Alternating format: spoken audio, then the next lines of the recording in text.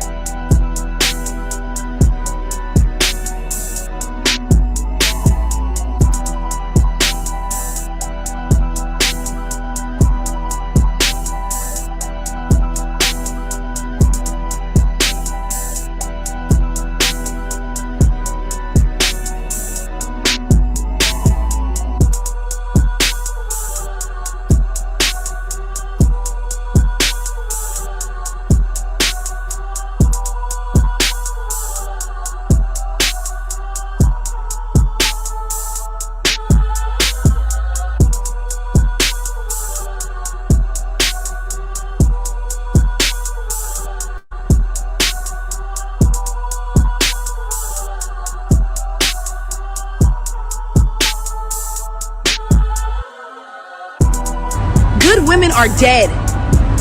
Evil bitches, rise up!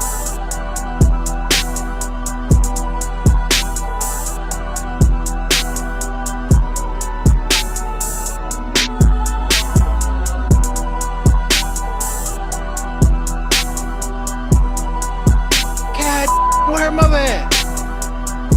Where this little girl mother at?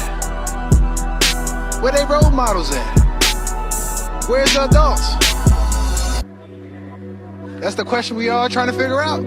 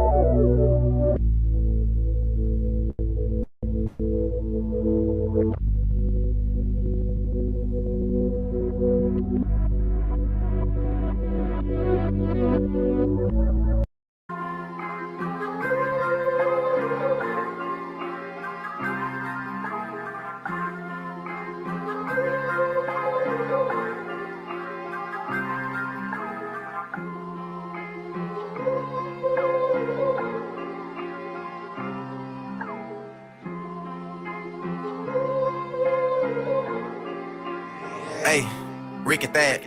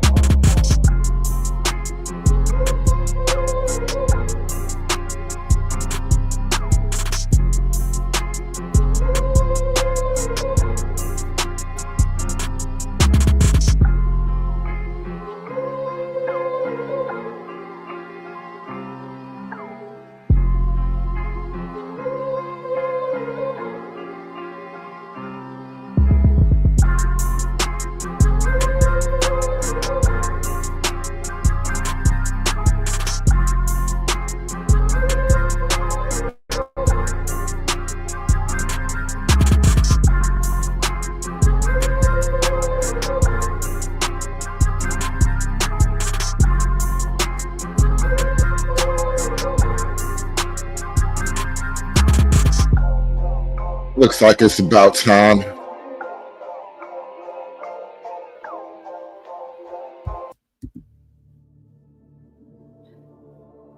How's everybody doing this morning?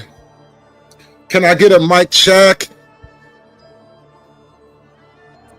Are we ready for this one? Let the church say amen.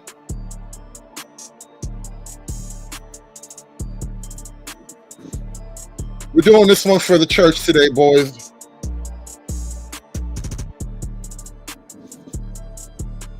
Myron versus Akaash. Her past is your future. Let the church say amen. Her past is your future.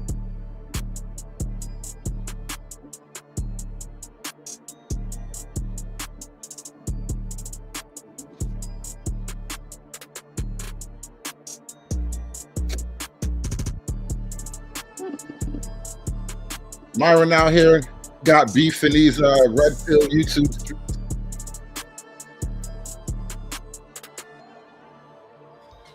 You got to be careful out here beefing with the red pill, man.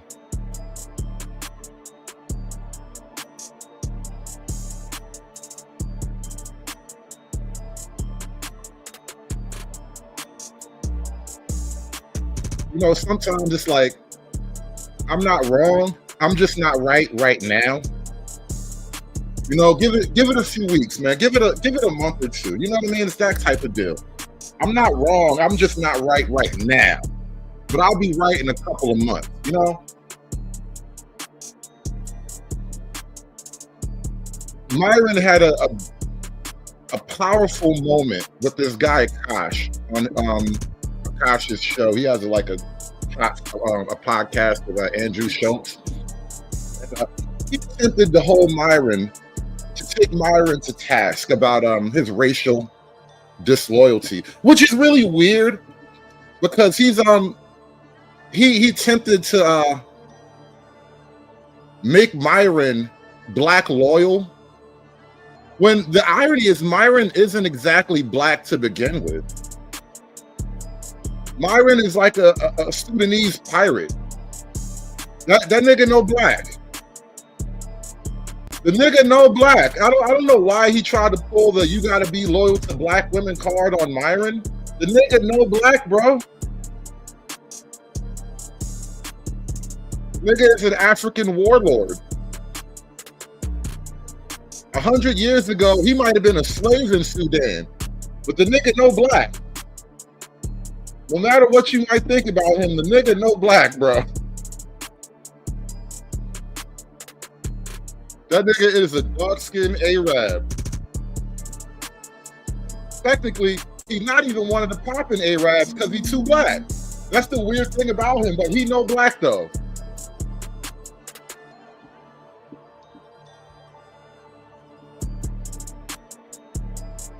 But Myron out here got beef, and he defending the red pill. And you know what? Before we even get to the Myron versus Akaash thing, you know, we got to build up. We got to build up. First off, let's address this other beef Myron got. This other beef Myron got though. Let's pull this over here for a minute. Let's stop the music. Let's end all this drama. All right, because niggas really do be looking crazy out here in these streets, man. And then be talking the most. Like, niggas be having the most to say about, like, red pill shit. Red pill niggas, you know, men in general. Niggas be having the most to say and then be out here looking the craziest, bro. Niggas be just looking all flexible and shit, bro. You can't be too flexible as a man, bro. Want to be masculine showing, but bend over bandits. If Myron says you gay, that's how you know you straight. These guys, they don't love women. They like men spending more time with men. They do the most sus shit behind closed doors. You had a prostate orgasm? Yeah. Tell me more about it. Were you milked? How did it happen? The position you have to get in to get milk, you get on your knees, arch it, and then, you know, she behind it. She... Whoa, run that back again. If Myron says you gay, that's how you know you straight. These guys, they don't love women. They like men spending more time with men. They do the most sus shit behind closed doors. You had a prostate orgasm? Yeah. Tell me more about it. Were you milked? How did it happen? The position you have to get in to get milk, you get on your knees, arch it. On all fours. Interesting. And then, she behind and she milking that and she doing her thing like a cow. When you get your prostate milk, though, your prostate is not in your penis. Your prostate isn't even in your scrotum, right? It's nowhere near the front organs. Your prostate, in order for a woman to reach her prostate, she has to use a finger and push that finger into a place where most straight men don't typically have fingers going in there. And honestly, I have a theory. It's a theory of mine. Don't hold me to the fire on this, but I have a firm belief that the guy who invented the prostate exam was a flaming closeted homosexual, and he just pulled a fast one on like millions of men. Won't catch me though. Won't catch me though. I will, my lower half will explode before I let you do a prostate exam on me. All right, I will erupt in a cancerous explosion. All right, there will be just tumors all over the wall before I let you do a prostate exam on me. If that's what God intended for me, if that's how God said I'm supposed to go, who the fuck are you and your little finger supposed to tell God he's wrong? How who are you to tell God he's wrong? You and your finger think you know better than God?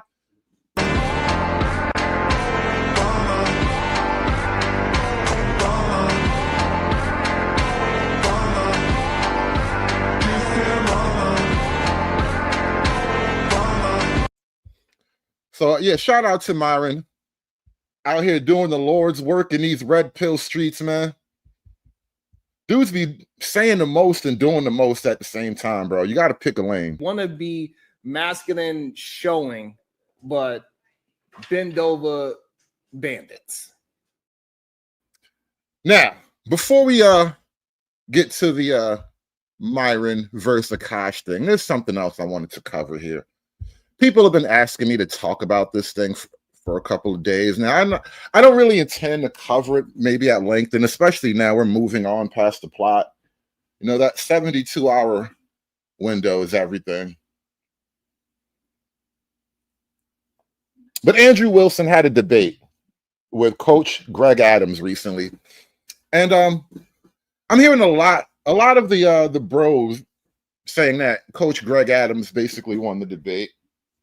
Andrew Wilson maybe made a lot of good points, but on the whole, I'm hearing more people saying that Coach Greg Adams won the debate. I don't think anybody won, really. I think it was it's bad for both parties, but at the same time, I think the problem is that there is no really great path for modern men in this arena. You know, guys may find their wins here and there, but very few highly reproducible strategies are out there for men. And so when one guy kind of like stakes it all on his particular vision, you're always going to get holes shot through your plan, because your plan is just naturally full of holes because there is no perfect solution. That being said, something really wild was revealed in that debate, and that is and this is how it kind of pertains to today's sermon. You know, let the church say amen. Her past is your future. And this came up to haunt Andrew, not really during the debate, because I don't think Coach Greg Adams had this at hand during the debate, and it would have definitely turned the debate into a bigger shit show. But this is how her past becomes your future, and why, as a man that is a public man, a public figure, her past is your resume. Her past is your reputation. Shout out to Uncut Underground. You are her past, bro. That is the rough part. And women don't have an algorithm for this. They don't have a proper way to functionally calculate how this works in the world of men. Because in the world of men, things get brutal really quickly. Things get really brutal really quickly. I remember just a long time ago, and this is among like us, like boys or whatever. We were all kind of relatively friends. And a nigga asked me a weird question about my mom. And I stood up immediately like, bro, what's up? Like, you got a problem with me or something? Like, fuck type shit you want? Like don't, because niggas get really, really particular about the reputations of the women in their lives, and women don't really calculate how them being hoes will lead to dudes fighting over their honor that women don't even believe in. Like, men will fight to the death over a woman's honor that she herself doesn't even fucking conceptualize. His last name, so I really don't have to say Andrew W. But this is baby daddy number 3, Andrew. Let's go through the timeline, and then we will go over the receipts. So in 2009, Rachel gave birth out of wedlock to her 4th child with the initials SW. That is her daughter. That is the daughter that belongs to Andrew. That is the first biological child that belongs to Andrew, not the first daughter that belongs to Chad, not the son that belongs to Brian, but this little girl belongs to Andrew. And now this is Tree of Logic. Well, I guess she's just Tree now. This bitch name is Groot now. Groot of Logic did a deep dive into Andrew Wilson's wife, Rachel.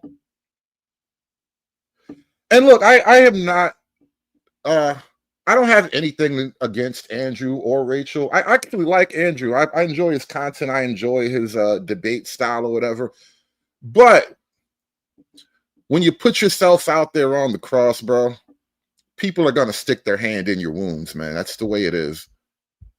by the way, Andrew was 25 years old and Rachel was 29. So Rachel is 4 years older than Andrew. That doesn't sound traditional to me. Now, 2010, during the month of June, Andrew married a black woman named Taraka, and I got the marriage court filings to prove this. So it looks like Andrew was into the swirl, y'all, okay?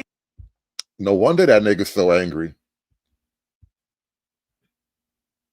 No wonder he this is why he's good at arguing. You understand where I got it from? The nigga been tested, bro. He been trained. That nigga was forged by the fires in the pits of Mordor, bro. Battled the dark arts long before it was popping. But does anyone see that? No. Does anyone care about that? No. All they see is an aggressive black girl talking. He loved him some chocolate. So they were married in 2010. 2010, on June the 4th, Andrew's parents filed for guardianship of the first daughter that Rachel had with Andrew. Ain't that some stuff? Oh my goodness. So see, here's the deal. This is what I'm getting. By the way, what I'm about to say, I'm just guessing here. Okay, I'm just guessing. I'm thinking why Andrew was married to Taraka or Tareka, he wanted to raise the child himself, did not. Andrew married a black woman named Taraka. I mean, that alone it should end your career as a white man on the right wing. Lucky he's not like a really far nationalist. He's not a race, bro. Cause that, bro, Andrew, this you, bro? Andrew, tell me that wasn't you. Andrew Wilson married a black woman named Taraka. Andrew Wilson, this you, bro? Come on, that's crazy business, bro. That is wicked, wild business, bro. You are disinvited. I get more street cred in the white nationalist community than Andrew at this point. I ain't never married her. You cannot check my past and find a woman named Taraka anywhere near my history. There is no way. I find Rachel to be a fit mother, so he had his parents do their dirty work. I will show you the court case. Trust me, I got the receipts, honey. So he wanted his first daughter because the second daughter wasn't born yet, and because the deputy sheriff would come over to where Rachel was living and could not serve her, this is the reason why the case got, basically, I think it's got discharged. Let me read this for you for a second. So on June the 4th, Andrew's parents filed for guardianship of SW. That's the fourth child. Okay, that's the third daughter, but the fourth child. He said, Andrew ain't invited to the potluck anymore. You and Taraka got to do cookouts for the rest of your lives now. Like, how do you show up to the potluck with an actual pot roast and a woman named Taraka? All right, one of these things does not belong. One of these things is not like the other. Andrew smoking his Marlboros and shit.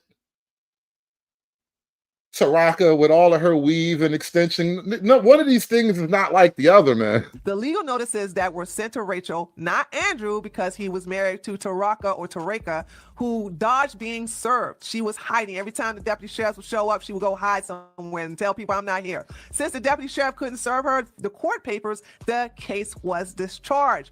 Now, in 2012, during the month of February, Rachel gave birth out of wedlock again to the fifth child that had. Why she have to say it like that, though? Why she have to say it like it was a tragedy or something? Was discharged. Now, in 2012, during the month of February, Rachel gave birth out of wedlock again. Out of wedlock again. Like, you know, in white America, that's a bar. If she was saying that to an audience of white people, that's a bar. They would have all been like, oh. It don't really sound as morally repugnant to black ears, but in white America, had a baby out of wedlock again. 2012, during the month of February, Rachel gave birth out of wedlock again to the fifth child that has the initials BW. So that's the fourth daughter, but the fifth child. During the month of December, guess what? Now, when I can't find the divorce papers because I don't know what state that Andrew and Taraka got divorced in. So I don't know if they got divorced in later in 2010 or in 2011. I'm not sure. Yo, this is nasty work, by the way. Like, could you imagine having just random people? And this is what's crazy about people that be like, you don't ever cam up. You don't ever show your face, whatever. Yeah, cool. Listen. Imagine I'm ugly. Just imagine that I'm a horrible, ugly, I'm a troll. All right. I'm an actual troll that lives under a bridge. Under that bridge is my mama's house, and I live in her basement under the bridge in my mama's house, right? Imagine all of those things about me, because that is infinitely better than having somebody read your relationship resume online with like sound effects and cutaways and shit like that. Bruh, could you imagine somebody reading your resume history online with all the YouTube effects possible? Good women are dead. Evil bitches, rise up! But Andrew was able to go over there and creep up with Rachel to get her pregnant again, and that's when she had the fifth baby. And then, because she had her fifth baby, her fourth daughter, February, you need to remember these dates, ladies and gentlemen, February 2012. Well, guess what? It wasn't until later on that year that they got married. So she had her baby out of wedlock, February 2012. Yeah, okay, you know what's funny? I keep thinking about this. One day I'm gonna build me a proper background, and I'm gonna set up. Now that life is stabilizing a little bit for me, because the last couple of years I was all over the place. It didn't make no sense to try it. But I'm thinking about building a proper setup for myself now. I might just start camming up. I might have to join the real people. One of these days, I'm going to be a real person on the internet. Then you can call me ugly for real. They didn't get married until December 2012, either the 27th or the 26th. I'm not so sure. And remember, I want you guys to understand, because Andrew said he was raising Brian's son at the age of 3. No, he wasn't. Brian's son did not get a chance to meet Andrew for the first time until the year of 2012. If I want to be charitable, maybe 2011. And then Andrew was 28 and Rachel was 32, honey, when they got married on December. Whoa, you married an older woman with a bunch of other niggas' kids? Whoa. My head is spinning, brother. My head is spinning. You married an older woman with a bunch of other niggas' kids, bro. Can a nigga live? Can a nigga live? Please. Emotional damage. You want some therapy? Lord have mercy. Let's take a moment here. Let's take a moment. Let me flip over this collection plate, count some shekels. Shout out to the lovely Miss Cantrell with the 199. What are women doing, bro? I don't know what these women are doing. God, where her mother at? Where this little girl mother at? Where they role models at? Where's the adults? That's the question we all trying to figure out. I have no idea what the women are doing, but the niggas are going. That's the amazing part about it. You know, I have no longer I no longer hold the belief that women are the biggest problem. Women are a problem. Women are problematic for sure, but that's built into the wiring. The wiring is intentionally problematic. But it's these niggas. These niggas are going, and that is a far bigger problem in a woman and her problematic wiring. Shout out to KM with the $4.99. Thank you so much for that, bro. You can call me a Wayne child all day long. I don't give a damn. You know how many Wayne you got in your life? All of us. All of them. All of them. Shout out to Mystery Enigma with the 233. Real ninjas resist the endless Atashkata. Listen, bro. Fight the thirst, man. Don't obey your thirst. That was corporate programming. They wanted you to be thirsty. That's why they made that Sprite bottle extra acidic, so you would keep being thirsty. Shout out to Joey Montana with the $9.99. Dub Myron, Dub Fresh, Akaash, and his whole crew. He should have been cool about his disagreements with them, but no, he had to white knight. Look at him now. We're gonna take a look at him because this bro, the work that just got done on this boy. Oh man. Listen, you might just want to wrap up your little magic carpet and fly away, bro, because you getting done dirty out here in these streets, bro. Even the Indians in India are roasting you, bro. His own brothers are roasting him right now. His own brothers in India are roasting you. Like, what do you do? There's no return from what just happened to you, man. Make it stop. Make the hurt stop, please. Like, Hulk! Smash!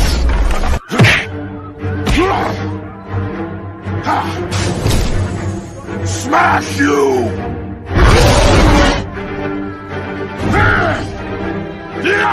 You make Hulk angry.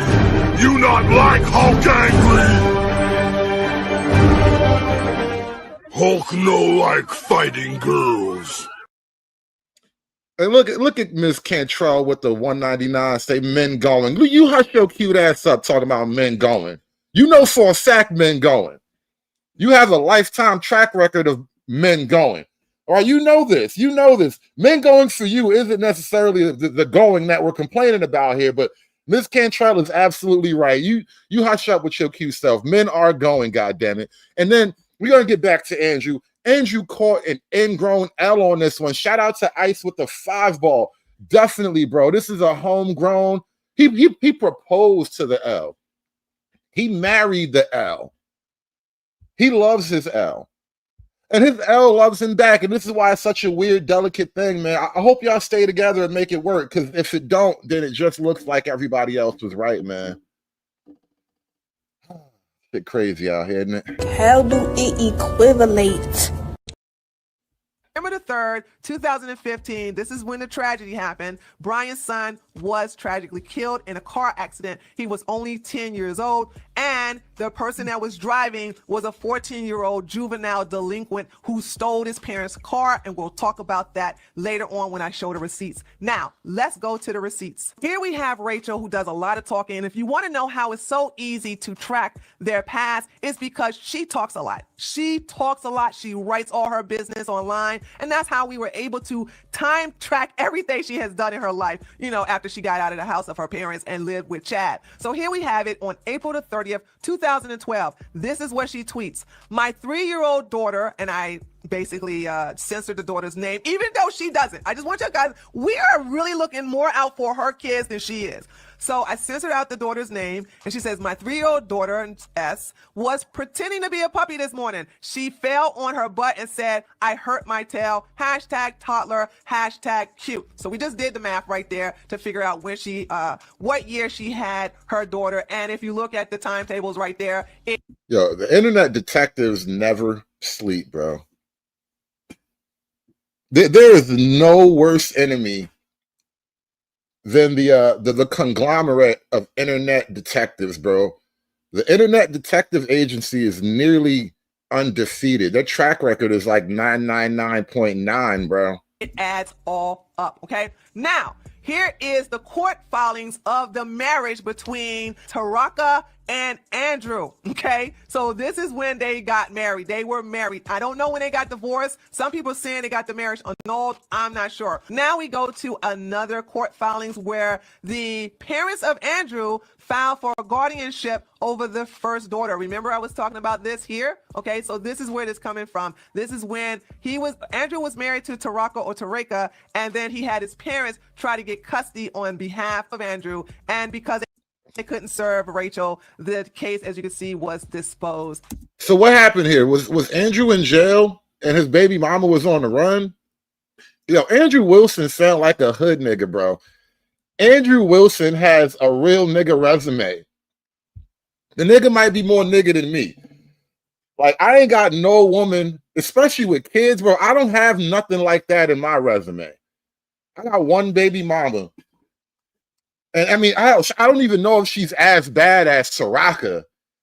I can't even say my baby mama is on a Taraka level. Andrew Wilson, he might be more nigga than me. That's the crazy part about it. I'm trying to wrap that. I'm trying to wrap my mind around it. Andrew Wilson might actually be more nigga than me, bro. 2025 is an amazing year. Can a nigga live? Can a nigga live? Please. And now we're going to go to where we find out the birth of her last child, her fourth daughter. As you can see, this was tweeted out February the 20th, 2012. She had all these two girls. She wasn't even married to Andrew, and they have the nerve to pretend to be traditional. Do you see why we were going after them so hard? They were basically clowning women, telling women that they're 304s. But look at what she's the queen 304. So here she says, paleo baby was February the 18th. So not the queen 304 having paleo babies. What is even? What's going on here? The queen 304 having paleo babies? How do it equivalent? Lord. And that was in 2012. So her last baby was born February the 18th, 2012. She says a very strong, healthy 8 pounds, 20 inches. Her name is, and I censored that out. Okay. And that's one thing. Hey, Rachel, I love the fact that we can literally read it through the censor, though. That's the funny thing about it. Like, we can read through the blur. These bitches is terrible. Like, I can literally read through the blur. Why don't you just white it out like a decent human being? What the hell is going on here? Everybody involved in this ain't shit right now. They ain't shit for being them. You ain't shit for talking about them. This is all terrible. You talk too much. You make our job easy. A little tedious, but you make it easy. And here we have her tweeting when she got married. Like I said, I don't know if they got married on the 26th or the 27th, but they definitely got married right after. Like, I guess you could say they got married about what, 10 months, 10, 11 months later, after she had Andrew's second child out of wedlock. She got married, as you can see, the day here in her tweet, because she loves to talk, and I love the fact that she can talk because I can track her. So here you go. I'm married to my best friend. Yay! We had a really beautiful wedding. It was like a fairy tale with falling snow. And just in case some people are like, oh, she could be just basically reminiscing. No, she's not reminiscing, because guess what? On May the 29th, 2.5 months later, she says this: I finally got my wedding pictures. So, bro, this is 2013. You understand that there's a bit of like, there's like a spiteful, hateful autism cocktail going on here.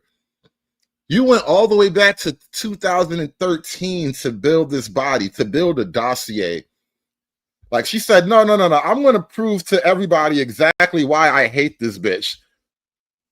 Yeah, she got married the month of December. Now, whether it's the 26th or the 27th, I'm not sure, but she definitely got married on in the month of December in the year 2012. And then the following year, which is 2.5 months later, she finally says, I got my wedding picture. So that this wedding just happened, okay? Like not too far after she had her second baby out of wedlock. All right, now let's get to the sad part of what's going on here is the death of her son and Brian's son. Now, here is what I want you guys to understand. Brian wanted to get custody of his son because... You really went there? Wow. Wow. Wow. You really going there? Not the... Oh, man. Yo, listen. ain't no...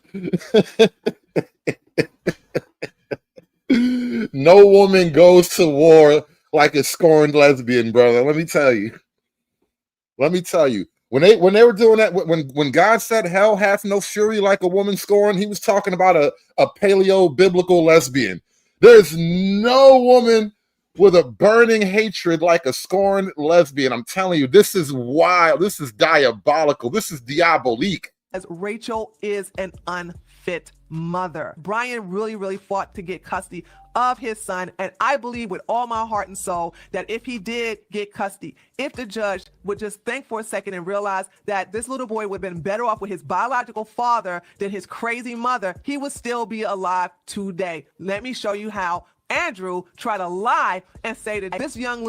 And the crazy thing, this is all happening.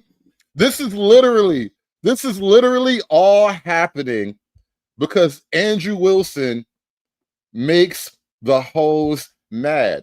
That's the crazy part about it. You make hoes mad, and now your whole lifetime resume gets put on TV. Some crazy black lesbian on the internet's talking about your deceased child and shit. Hoes mad, hoes mad, hoes mad, hoes mad, hoes mad, hoes mad. This is about targeting women of color in the United States of America. Don't tell me because I didn't get a single apology when my life was threatened. Thank you. Hoes mad, hoes mad, hoes mad, hoes mad, hoes mad, hoes mad, hoes mad. Little boy was his, and he had part in raising him. Check this out. Listen to this lie. And you know what? I just talked to your wife earlier, and she gave me a picture of your dead son showing that you raised him from the age of 3 on up. Yeah, that's true. And I showed that. No, you didn't. Did you hear that lie? Andrew did not even know the little boy when he was 3. I need to remind you guys, okay? I need to remind you. Bro, that debate against Coach Greg Adams is the L that keeps on L'ing, bro. It's nasty work, bro. Like, it's just the L that won't stop L'ing. Just when you thought the L was done, nope, L some more, nigga. The L got even bigger. Whoa. I didn't even watch this whole video. I was just holding on to this. I had this in the tuck, knowing I would come back to this at an appropriate time. And here we are now. And I'm watching it in full for the first time. And wow, the L is bigger than I ever imagined it. He did not know the little boy at the age of 3. You know why? Because Brian, his biological father, was fighting for custody of him in 2011. Remember, I want you guys to remember that Andrew was married in 2010. So what's going on? The fact is that Andrew is falsely claiming some other man's child as his. He had no part in raising JJ.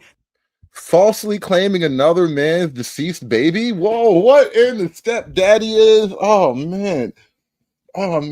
Where do you know how many corners of the stepdaddy multiverse that you have to find, that you have to like scour to find this? So are you telling me that he is falsely claiming fatherhood over a deceased little boy? Stolen stepdaddy valor? What are we doing here? Lord have mercy. Oh my God. I'm having a hard time. This is so heavy. My chest is starting to hurt. Can't breathe. Emotional damage. You want some therapy? Not at all. And by the way, let me remind you that Brian's son was 5 years old in 2011 when he was trying to get sole custody of him, okay? Here is the document where Brian was trying to get his son. So the little boy wasn't even in Andrew's life. He didn't even know him. They didn't even know each other, okay? So that's what I'm saying. It's like this whole thing about Andrew played a part in raising JJ is totally false. And these wedding pictures that they show, like this is Rachel giving wedding pictures to Ralph as if this proves anything. Let me tell you something. As you can see through the timeline, Rachel and Andrew got married in 2012 during the month of December. You see these? God damn, this is brutal. Look, I know when I finally get doxxed and all of my closets fall, all of my skeletons fall out of the closet, it ain't nowhere this bad, all right? I got Pookie closet. I just got normal Pookie things here. This is amazing Pookiness, though. Pictures right here that basically we censored. Guess what? JJ was 7 years old. Brian's son was 7 years old, not 3, okay? And this is the reason why I said that Rachel is a bad mother. Check out this paragraph that I got from an article that was talking about the accident. He said the two boys who were neighbors in Ravenna played together quite a bit.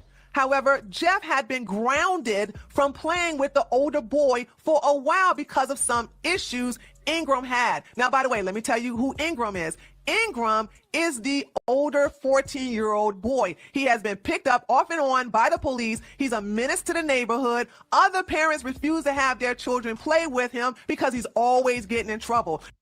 Damn. Not a white Pookie teenage son. Don't let the black people hear about this. Andrew Wilson, are you raising a white Pookie?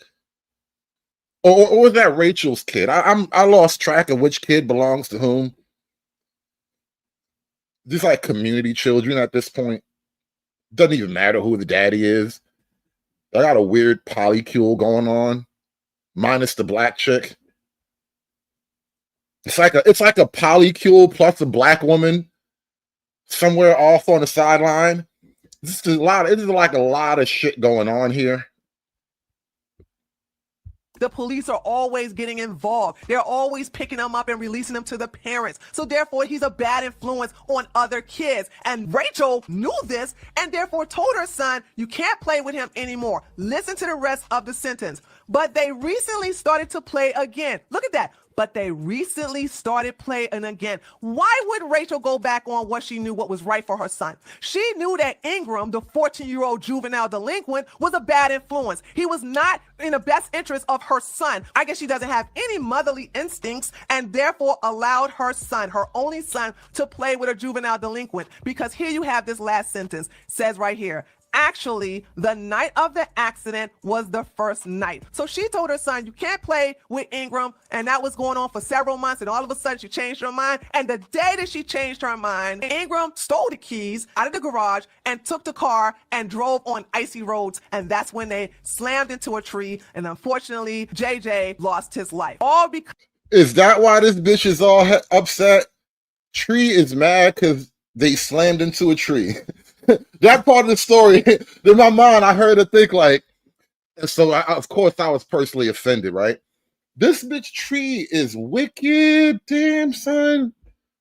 Damn. This whole thing is amazing work. Tree of Logic, nasty work. Nasty work. I tell you, she was digging in the crates, bro. She dug in crates that people forgot about. Crates that people didn't even know they had. Tree of Logic. Man, look, I'm gonna wind up doxing myself before Tree of Logic start digging into me. You don't even know this is deep work right here.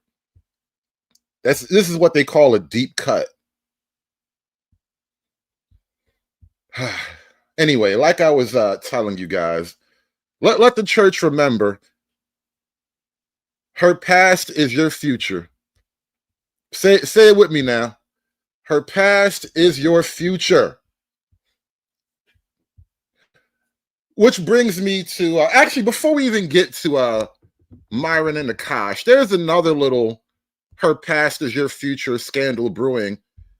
in mainstream right-wing politics right now. I don't know if you're aware of this thing, but let me put you on game.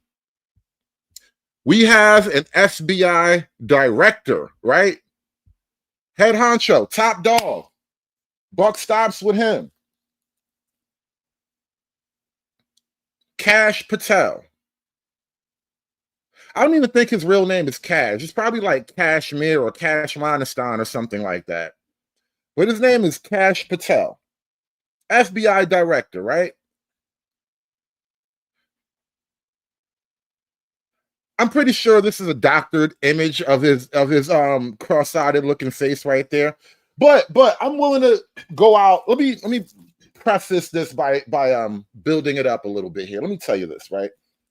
You know how like they have those dating site rankings, you know, which group of people are selected for the most? You know, white men, Asian women tend to be the highest chosen for kind of groups, right? And what I'm getting at is that Indian men are generally not the most sexually desired group by women, broadly speaking, even their own Indian women. And I think a lot of people are looking at Kash Patel and then they're looking at his girlfriend, and then they look at Kash Patel and then they look back at his girlfriend, and then they look at Kash Patel, and then they look at his girlfriend again, and then they look at Kash and they look at his girlfriend again and say, you know what, that bitch is a spy. Ain't no way that kind of woman will be sucking that kind of dick unless it was for national security. There is no way that woman is sucking that dick unless the entire government is pushing her to do it, all right?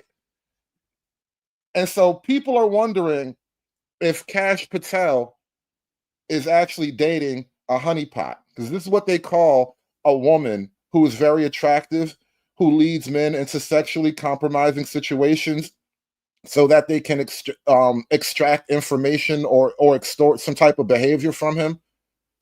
And so now the accusation, which is pretty crazy because he's the FBI director, people are accusing the FBI director of dating a honeypot.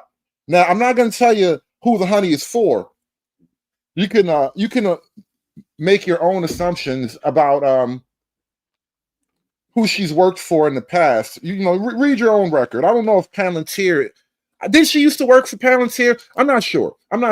But anyway, Kash Patel. Oh no, I think his girlfriend maybe. I don't know if Kash or his girlfriend, or maybe if it's even official. Is the FBI doing it? But either way, Elijah Schaefer, longtime right-wing activist. I think he works for Blaze Media. I think he's on Censored TV right now.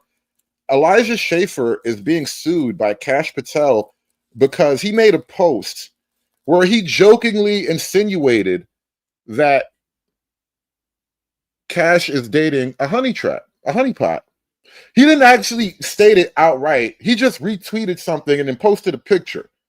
So he didn't directly call her a honeypot. He just did a comparison. Like, is this the same as that? You know, that type of thing, right? Walked up to the line, but didn't necessarily cross it directly. But either way, he is now being sued by the Patels, I guess you could call them.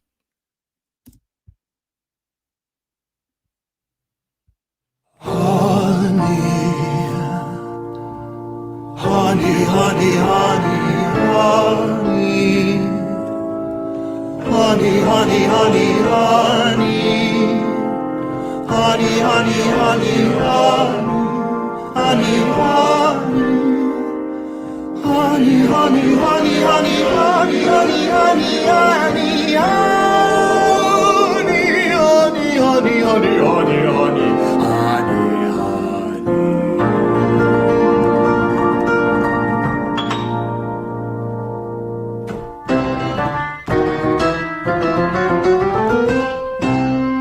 Alexis is my honey, she been assigned to me.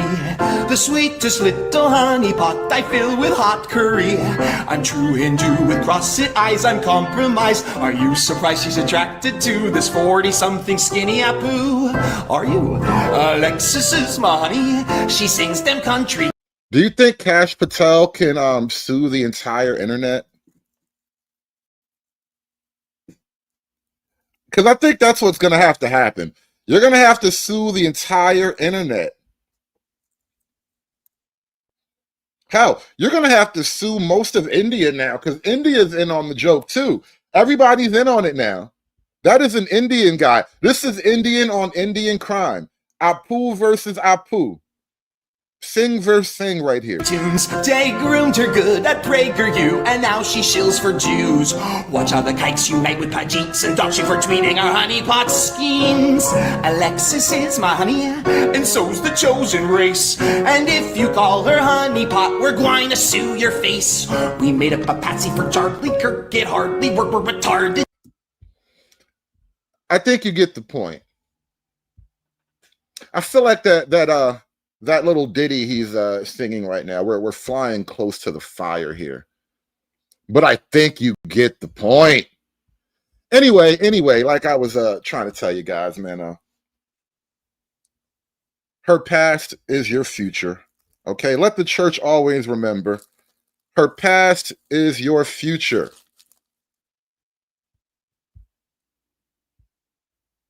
And the bigger you get as a man, the more her past matters.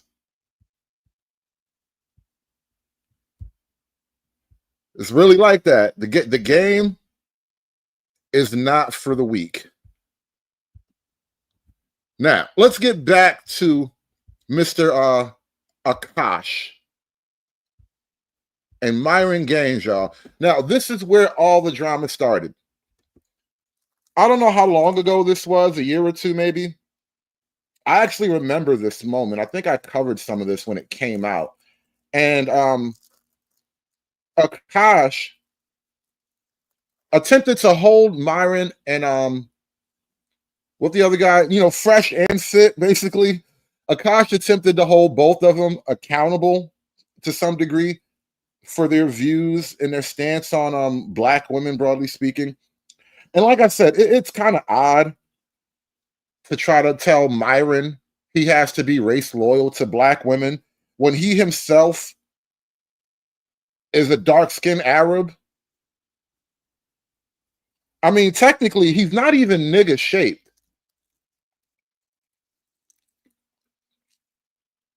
He is not even nigga shaped.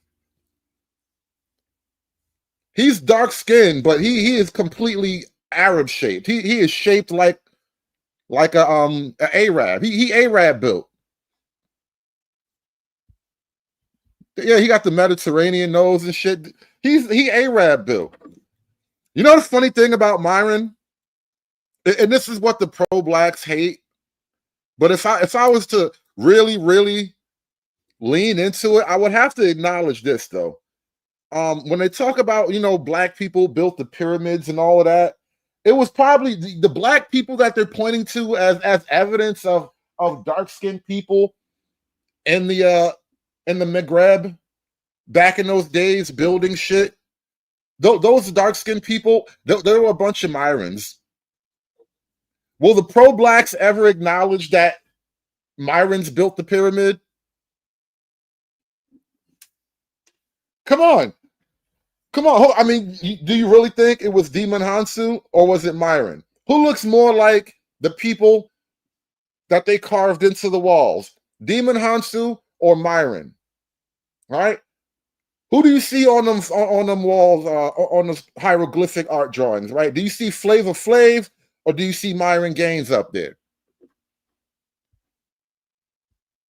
I'm just saying, Myron Gaines built the pyramid. Myron is a Kang. Wait, what? Great. Now, what's our motto? We was Kang. We was Kang. What I find corny is my preference is not my women. Now, I thought it was I'm not dating my women, period, which is the corniest human being outside of a criminal to me, period. Those are your roots. Those women are reflected in your roots. So if you're saying, hey, I don't generally date them, but I have more space for it, even though I still think it's a little corny. Akaash only dates brown. Yeah, Akaash has been with one girl in his life who is his wife. Now, right away, this is another thing. I wanna stop right here before we even get further into it. This is another thing I really hate about this. Like, first of all, the nerve of this outsider. Like stick to your own problems, bro. Don't be pouring curry into my red beans and rice, bro. This shit don't mix, all right? You do you, and I do me. That's how this is the only way it could work. Like, who are you to tell me to be race loyal? You know what I mean? Like, dude, mind your own business. Now, that being said, right, the race loyalty conversation in Black America is almost always a one-sided loyalty. And I hate to be chained to something that is trying to like chew its arm off to get away from me. But that's how it is. It's a one-sided race loyalty.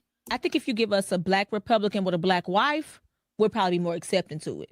Most of them be Black with white wives. And after you know for a fact with us. I think that's what got Obama in office.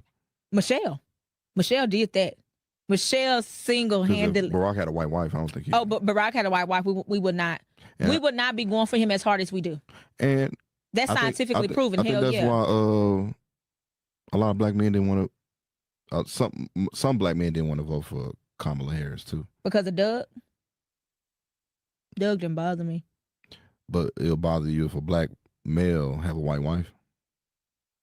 Mm-mm. You just said that. What you said? I said I think if you present it to us, I think we're more accepting to it. What you mean presenting, like just show, hey, I got a white wife?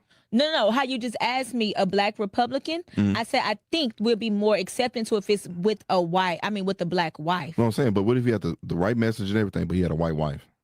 You have to work a little bit harder. But compliment. Because here is the thing. It goes to that thing of one-sided race loyalty. We have to be loyal to them.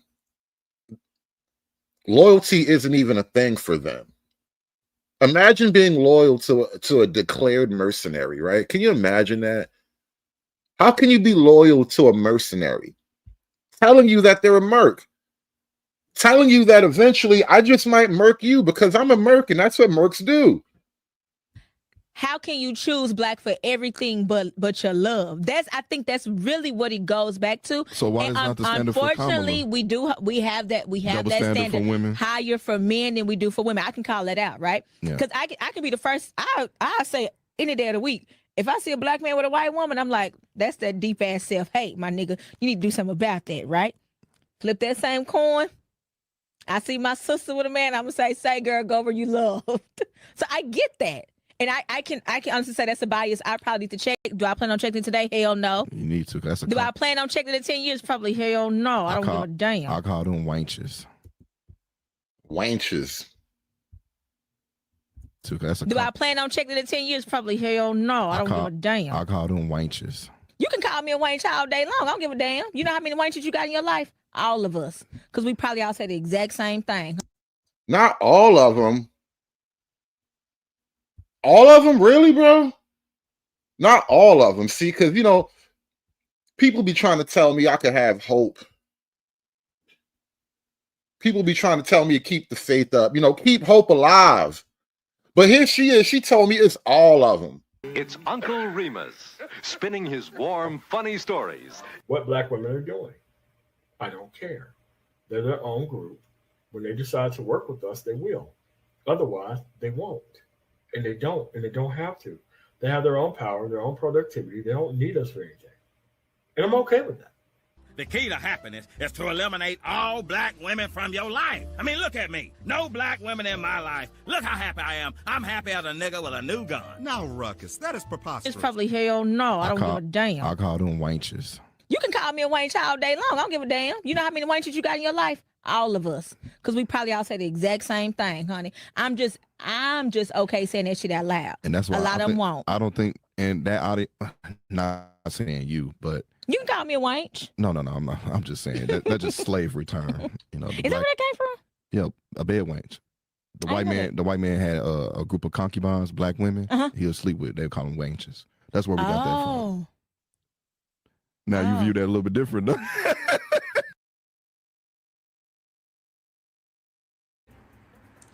Okay, so this conversation about dating white men as a black woman.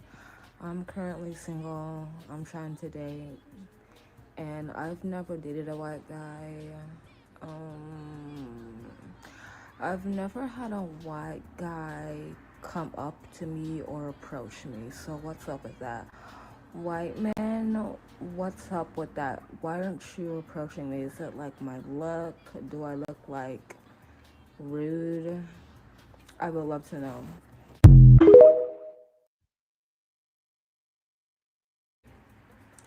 Okay, so this conversation about dating.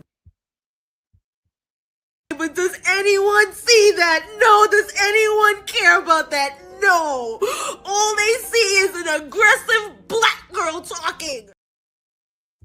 Perception, because like the goal of this conversation should be to like progress, right? Like unless you're ladies that you don't want to fucking deal with men at all, then we should talk Yeah, we about don't that. want to deal But with if black men at all. I okay, love all well men then and not black men, just not okay. black men. Well, is there any women here who don't want to deal with men, period, or is it just black men, or is it a mixture? It's just black men, and we actually want non-black men's help in this corrections that you speak of. So what are the corrections that you're looking for specifically? Force. And they talk endlessly about black men who are Republican, who are conservative, who are patriotic, who are paternalistic. They call these men race traitors.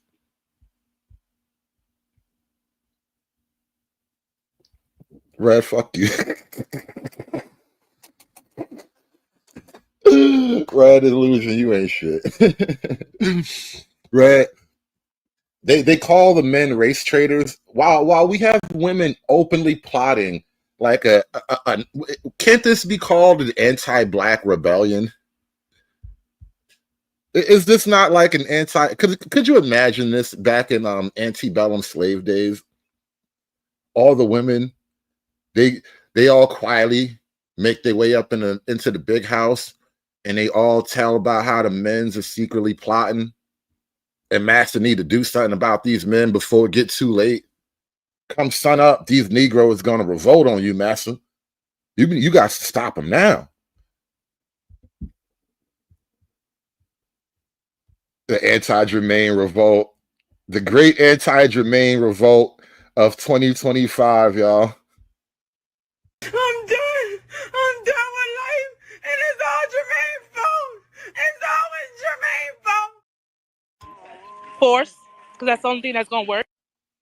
But I mean, what are you looking for black men to arrive at? A place of understanding of like what do you want to see Well, change? we believe that there is no hope for them. That we don't believe in changing their minds. We don't. But I'm trying not to say what I really want to say because you're on stage. But if they could not exist, hey, we wouldn't be mad at.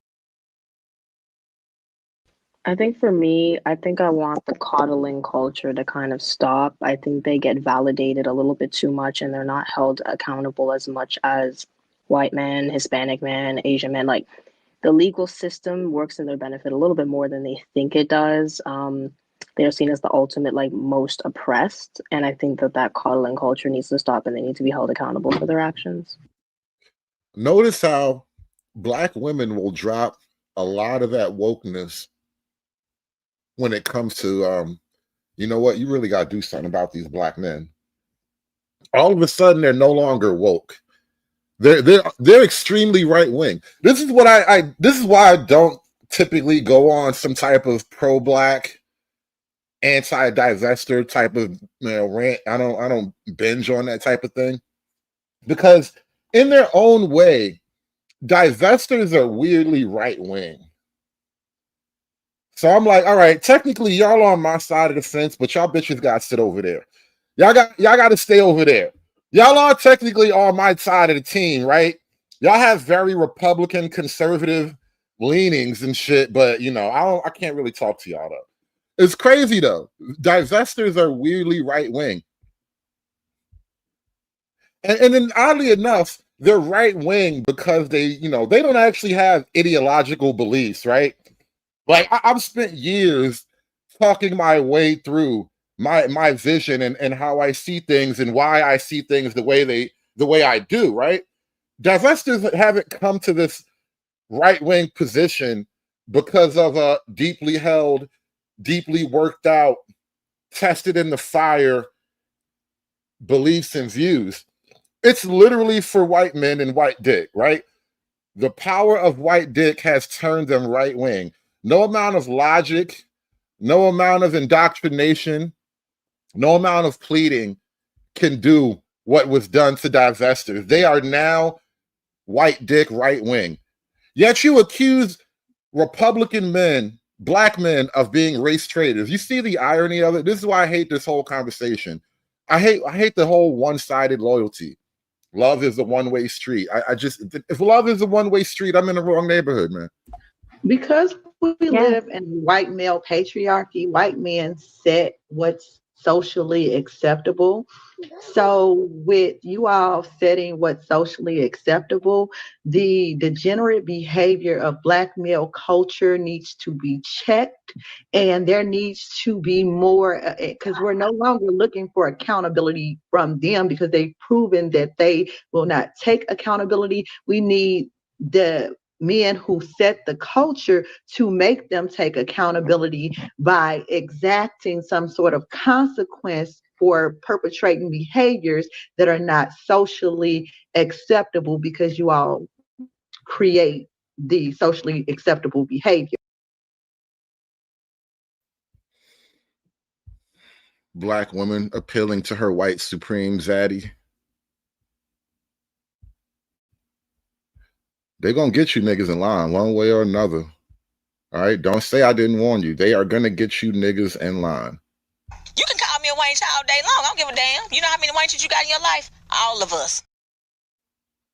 My wife. That's an So Indian this woman. is that was like important loyal to me. through and through. Okay. And I understand it's not as important for y'all, but as an Indian, there's not a lot of us who are famous. So whether you like it or not, people are looking at you as a role model. You guys have established yourselves as role models. From simps to pimps, which is another motto I find kind of corny, but I looked into what you guys are about. And a lot of this shit is just childish. Now, and this is where I know we kind of watched Andrew Wilson get dragged through the fire because, you know, he's on the right wing, red pill, all that stuff. But at the same time, when the left wing attacks the red pill, it's a way different, all right? It's one thing for like there to be right wing, you know, red pill, red on red violence only leads to more red. But you blue guys have no place in this battle because y'all should look crazy. Y'all need to really be quiet, bro. Yourselves as role models. From simps to pimps, which is another motto I find kind of corny, but I looked into what you guys are about. And a lot of this shit is just childish, which is fine if you want to be funny. We just talk about how doctors ain't shit for 45 minutes. We are not in any way life coaching. We are not in any way trying to help men outside of, hey, come have a laugh for a couple hours. If you're going to paint yourself as life coaches and then say shit like, my preference is, which is honestly bullshit. It is, I don't want to date black girls. That's the way every black dude that fucks white girls says it. I've dated black girls in my life. All right, bro.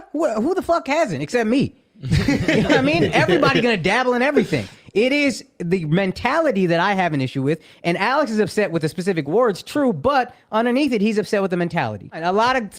Imagine a foreigner telling me I'm supposed to be race loyal. Like, nigga, you left your entire people behind so you can come here in my country, in my space, talking about what I need to be doing. Go make your country great again, bro. Gonna talk down to me. The nerve of these new niggas. Stuff you guys say in general, I think is stuff that's kind of childish. I saw a clip where you were like, oh, the nuclear family's falling apart. What do? I don't get married. Just don't get married. You actually trying to help men, or are you talking to fucking incels who are 18 years old? That's some shit you say to college. I'm gonna turn you from a simp to a pimp. All right, bro. Can we grow up? You guys are self-help. Hey, we're trying to help men. So either we're funny or help men and be real and be honest with yourself and don't have an ego like, no, I have a preference. Be honest. Let's just be mature about what we feel. And part of... Why can't we be funny and help people? And not that I claim to be helpful. I never claim to be helpful. I'm mostly funny. You're probably going to be more upset at me than feel helped by me. But why can't a guy claim to do both? Actually trying to help, man. Are you talking to fucking incels who are 18 years old? That's some shit you say to college. I'm gonna turn you from a simp to a pimp. All right, bro. Can we grow up? You guys are self-help. Hey, we're trying to help men. So either we're funny or help men and be real and be honest with yourselves and don't have an ego like, no, I have a preference. Be honest. Let's just be mature about what we feel. And part of that maturity is, it was a bad joke. I don't actually feel exactly that way.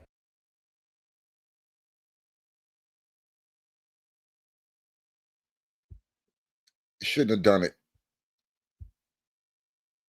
Akaash, you shouldn't have done it. You shouldn't have done it. You out here trying to ride for a team you're not even on. You trying to get in all this black business. And then the supreme irony of it is one non-black to another non-black holding him accountable for his lack of blackness. As if you even know. I mean, at least Myron can speak with it from some sense of like observable, factual honesty. Like he's kind of low key seen some things, maybe even been a part of some things or whatever. Myron isn't necessarily wrong about the broad view that he holds, right? But it's really crazy. He said, "Let's pull up his Akashic records." It's really crazy to even hear the attempt to hold Myron accountable. Like, bro, Myron not black, you not black, but you caping for the black queens, bro. Stay out of this black business. You don't even know. Let me give you some game about this black business from a decent looking Muslim looking brother with a mustard tuxedo on. We have the highest divorce rate of any group of people on earth. Third world nations living in poverty and in mud huts with no running water or electricity have a better, more successful marriage ratio than black people in America. 75% divorce rate among us. And then there was a study called the McKinley-Irving study by McKinley-Irving Law. Look at this. They went back to 1867 and found that 9 out of 10 eligible black adults were married back then. That's 90% of every adult black person was married with a near 100% success ratio. That means all of them said to death do his part and made their word bond. Today, we got a 40% marriage ratio. And out of that 40%, which is 4 out of 10, 75% divorce rate means that only 1 out of the 4 couples we see that did get married are going to get married. So out of 10 eligible candidates for marriage, only 1 of them is going to make it. So that's a sign, because the minister said it like this: where there are no strong marriages, you cannot have a strong family.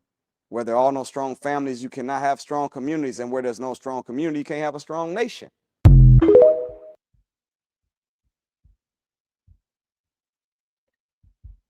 This Indian nigga trying to mind black business. How dare you say that we are not interested in families in the black community? And now here's the thing.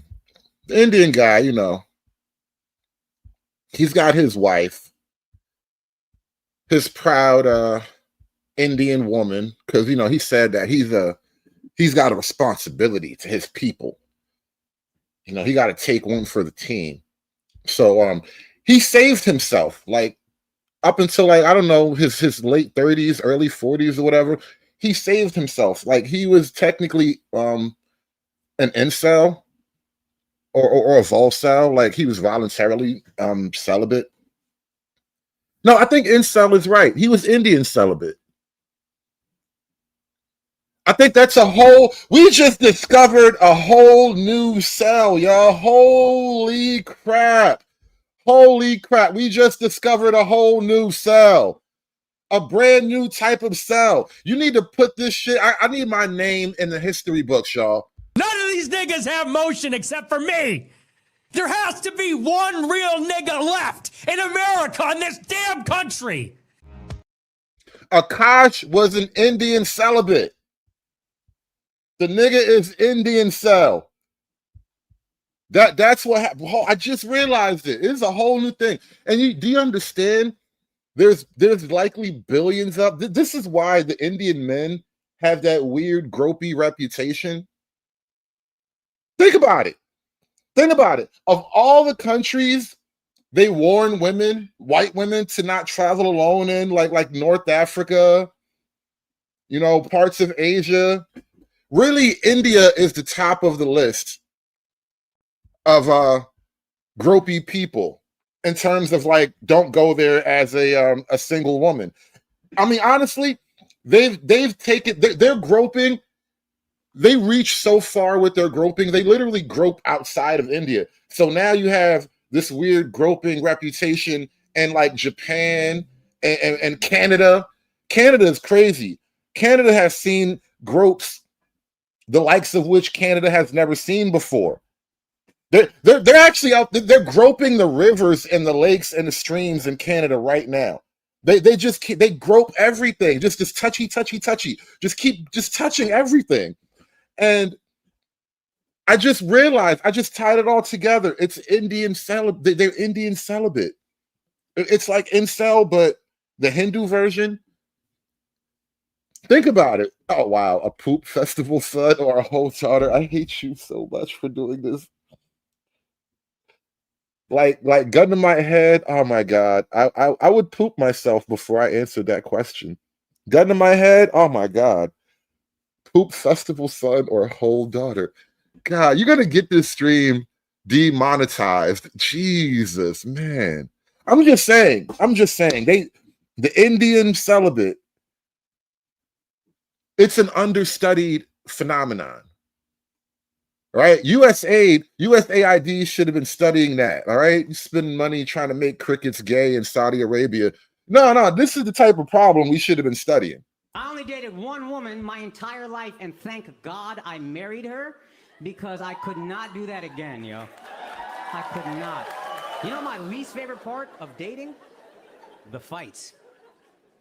She would storm out of my apartment, I'd be falling apart. Texting her.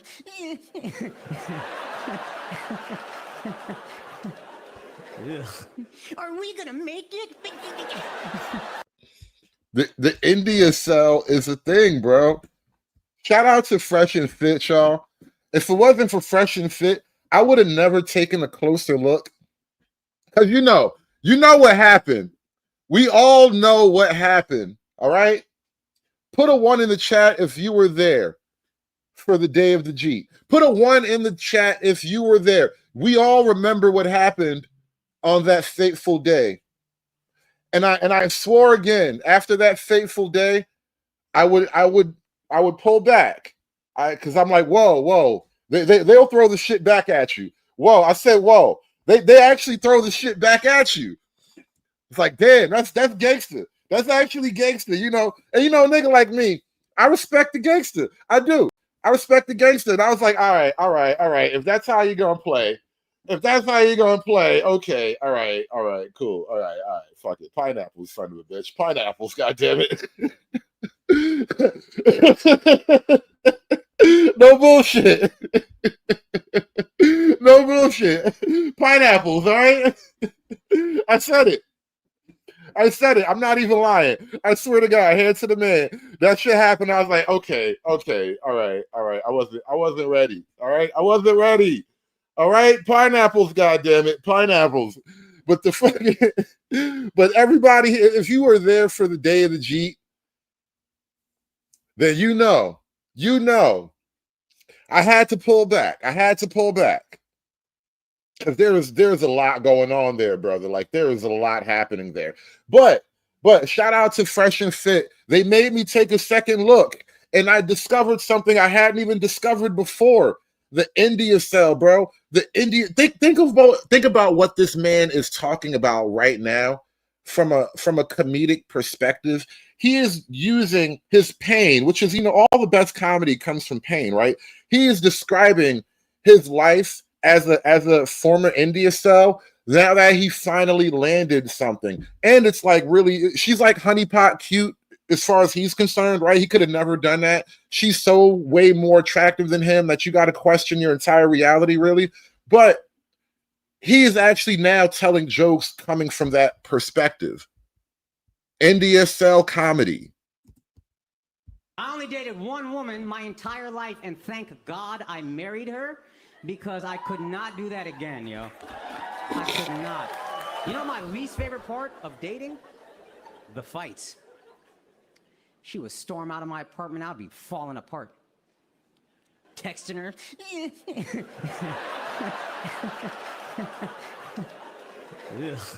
Are we gonna make it? It's embarrassing, dude. It was so pathetic.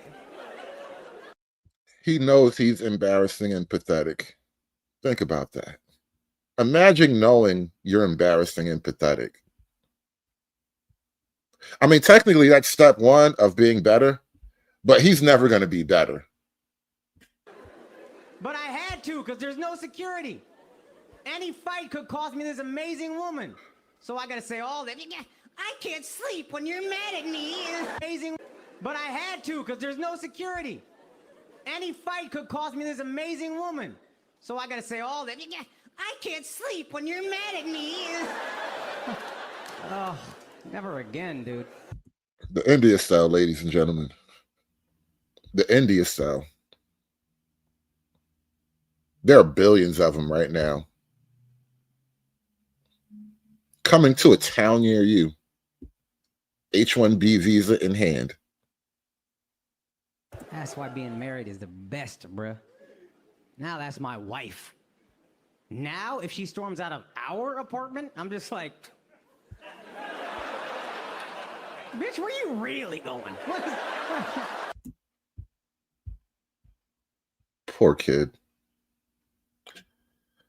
Poor kid. He doesn't understand where she's really going. He's like, yeah, but she always comes home.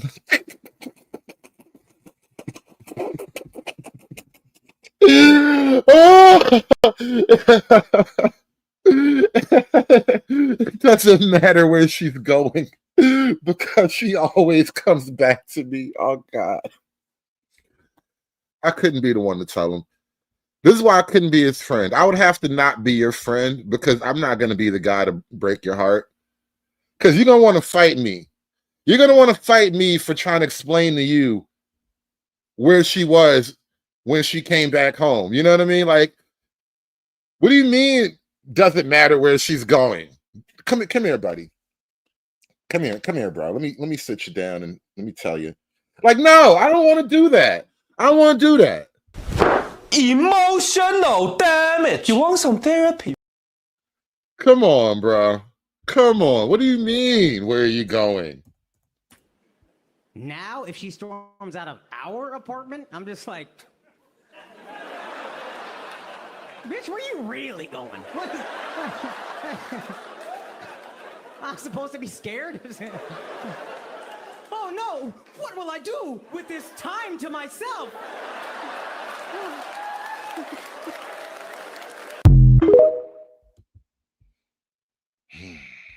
Poor guy. Poor guy. What do you even do for that?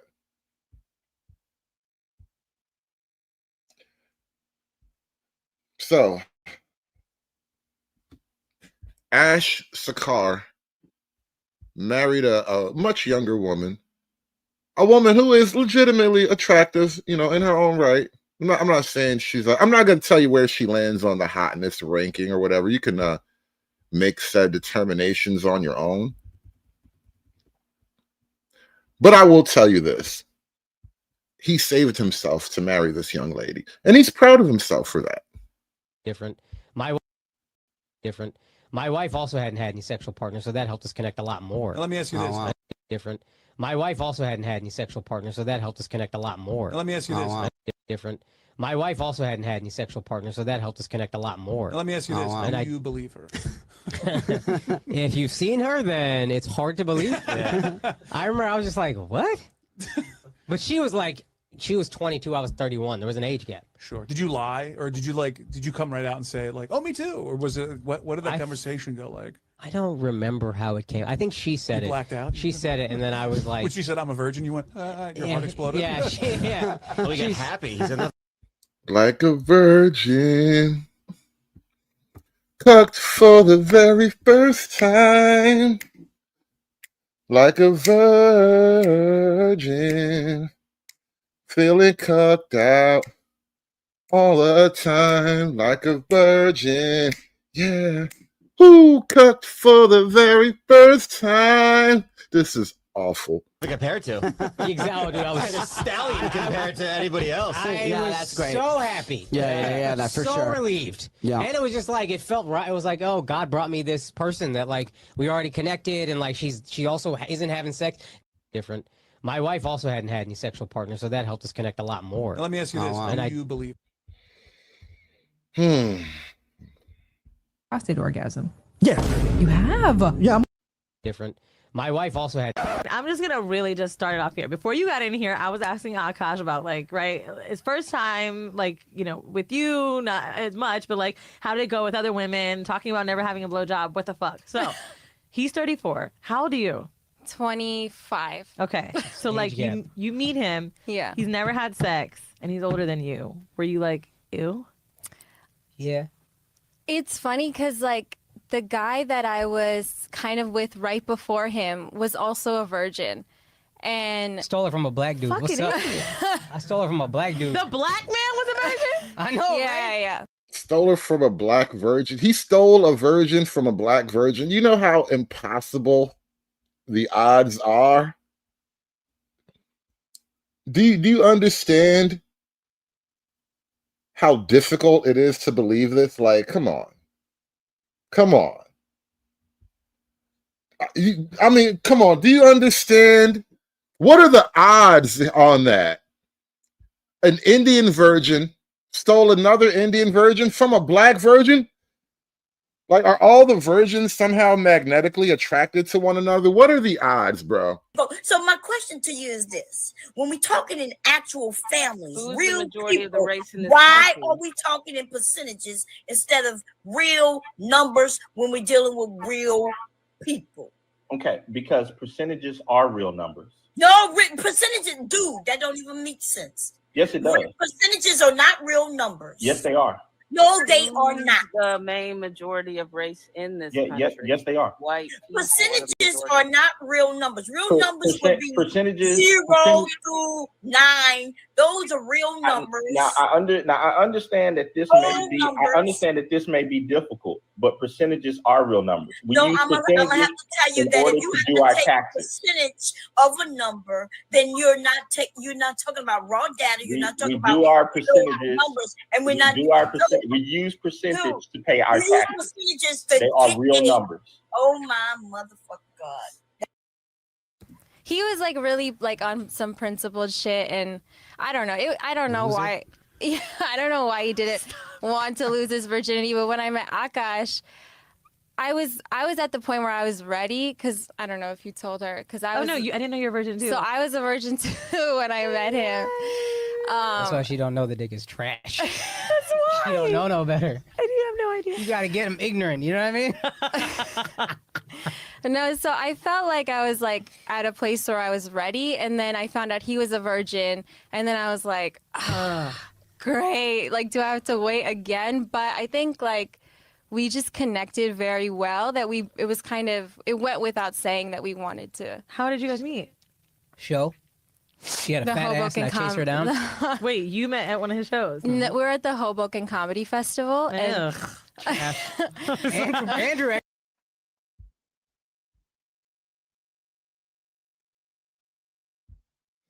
You guys judge for yourselves how much of that you believe. I don't know what to believe. I'm in disbelief. I believe nothing. Yep. Yep, that's me. You're probably wondering how I ended up in this situation. What I find corny is my preference is not my women. Now, I thought it was I'm not dating my women, period, which is the corniest human being outside of a criminal to me, period. Akaash only dates brown. Akaash has been with one girl in his life who is his wife. That's my wife. That's an so Indian this woman. is that was like important to loyal me. through and through. Sometimes I get so painfully nostalgic for college. I was popping my pussy and living my best life in these white boy frat houses. I'm actively trying to have an orgy Because and you haven't seen Nav yet, but wait till you fucking see him. His body goes crazy. His face card always slays, never declines. And it's kind of weird because I'm talking about your husband. I just know that Nav's dick is like at least 10 inches. Okay, I have two butthole stories. So one time I met this guy on Tinder and I made the dumb mistake of letting him sleep over, like not really wanting to fucking hook up. And I like woke up in the morning and like my asshole was a little sore. Oh my God. And I remember that he what kind of porn do you watch when you You know, really, an interesting fact. Let me stop for a minute before we talk about interesting facts. Let's talk about some money. Really quickly, Bluff City Nerd with the 5-ball. Internet detectives' jobs are easy when most people put all their personal business out there, then complain when put on blast. That comment was relevant like 30 minutes ago, and it's relevant all over again because, God damn it, her past is your future. Isn't that what we're talking about today, church? Isn't that what we're talking about? Shout out to Bluff City Nerd with the 5-ball. Thank you so much for supporting the show. Hit that like button, y'all. Come on, share your dollar. Give me your dollar. Share your dollar with me. Come on. And then Andre 420 with the $2. Pepperidge Farms remembers. Listen, the internet always remembers. The internet never forgets, man. It's horrible. sore? And two things really quickly. One, that is Ash's girlfriend, or wife rather, crushing on another girl's husband. I guess she wants to have a threesome with her girlfriend and her husband because her girlfriend's husband is like really, really cute. And then on top of that, let's talk about virginity in the non-Christian world.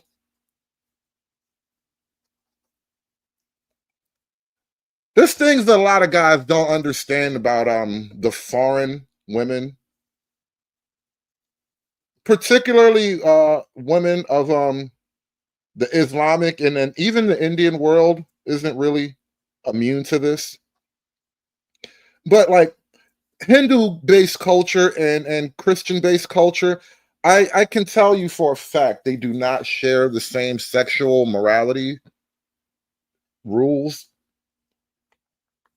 And so from a Christian perspective, to be sexually chaste means zero sexual activity whatsoever. Whereas a lot of the women from these Muslim countries, or even Indian women too, for different reasons perhaps, virginity only counts in the vagina.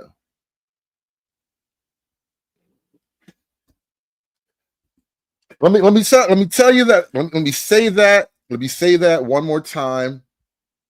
I want the church to understand, with all appropriate delicacy that I can muster, virginity only counts in the vagina. All right. I'm not saying that as a belief of mine. I am telling you that this is what the other cultures believe. And so when a girl has to have herself maybe tested for her purity, they're going to say, hey, look, it's tight. It's locked down. Nothing's ever been there. Right. But they don't test anything else. Right. How can they? Why would they? Virginity only counts in the vagina. If you think I'm here to play around with y'all, God damn, I'm not. All right. Oh my God. And I remember that he what kind of porn do you watch when you use a vibrator? Okay, not gonna lie, I don't watch porn while using a vibrator. What? I just think my imagination is vibration enough. Wow. I just think of like my own husband while I'm like doing it. Wait, that's kind of baller, but I could never do that. Yeah. And so I was using you and your Whoa. husband. She said she could never stimulate herself by imagining her own husband. Oh God. Oh God. The pain. The pain. Emotional damage. You want some therapy? Your own husband isn't stimulating.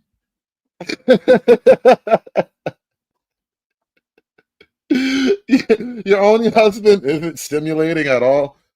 This is tragedy. This is terrible tragedy. All comedy comes from great tragedy, and damn, this is sad and funny at the same time. Split finances. And I'm gonna be really fucking honest. I don't. We don't. We don't. We don't. First of all, that's a fucking red flag. I'm not like, no joke. I love you girls. If you want to work, all for that, whatever. But like any man that doesn't want to have a joint bank account or isn't being transparent with his accounts or has separate accounts, that's a fucking red flag. This is not a two-way street. This is a one-way street. His money is our money and my money is my money. And look, have I only made $600 from content creating? Wow, I went up $100 from last week. But that's my money. Okay? I don't know if you watched The Boys, but I love him on The Boys. I never watched that show, but like he's on my hall pass list. Oh yeah. Chase Crawford, Jacob Elordi, Austin Butler, and who else? Do you know why I think I have like a good marriage? I think it's because my husband's never here. Okay, so I've been getting a lot of comments that I'm using my husband for clout, and yeah, that's exactly what it is. No lies were told. I am leveraging the support I have. It's kind of like nepotism, but like through my husband, so like spousal nepotism. What's wrong with that?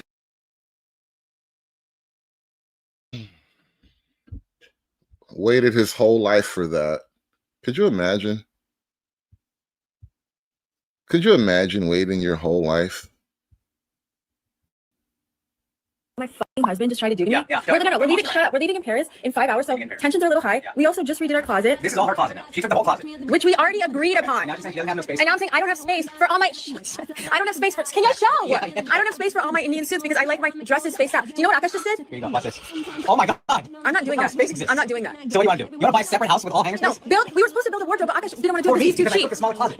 Yo, are you kidding me? Do you know how much space he has? Look, utilize the shelves, you idiot. These are for sneakers. And then this is going to be for towels. God. I gotta clean all this thing to the storage unit. I just realized today you're gonna know what the storage unit looks like. I've never been there. She won't take these downstairs, and then she wants them in a closet or build a wardrobe so she can have space for her boudoir lingas. Boudoir suits. Whatever. You know what?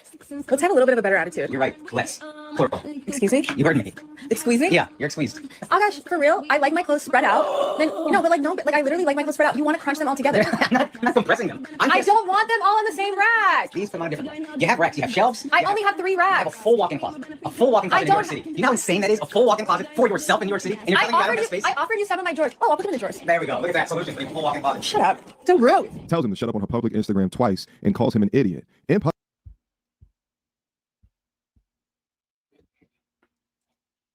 But Myron is the stupid one, right? Myron is childish and he doesn't know anything. And Akaash, he's the good man who saved himself for marriage.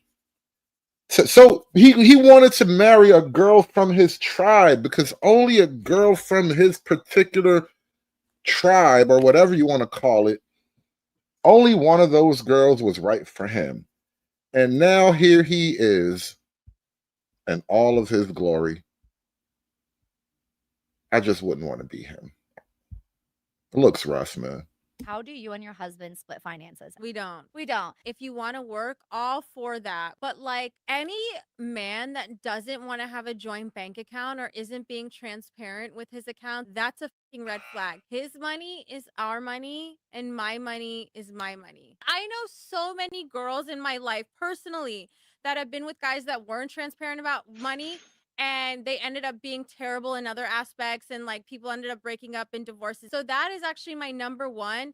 They must be generous with their finances from day one. That means paying for the first date and everything. I know that it's rough out there, inflation. Like, I'm not saying to just like waste it on every single girl, but if a girl is special, you should be courting her properly. How do you and your husband split finances? We don't.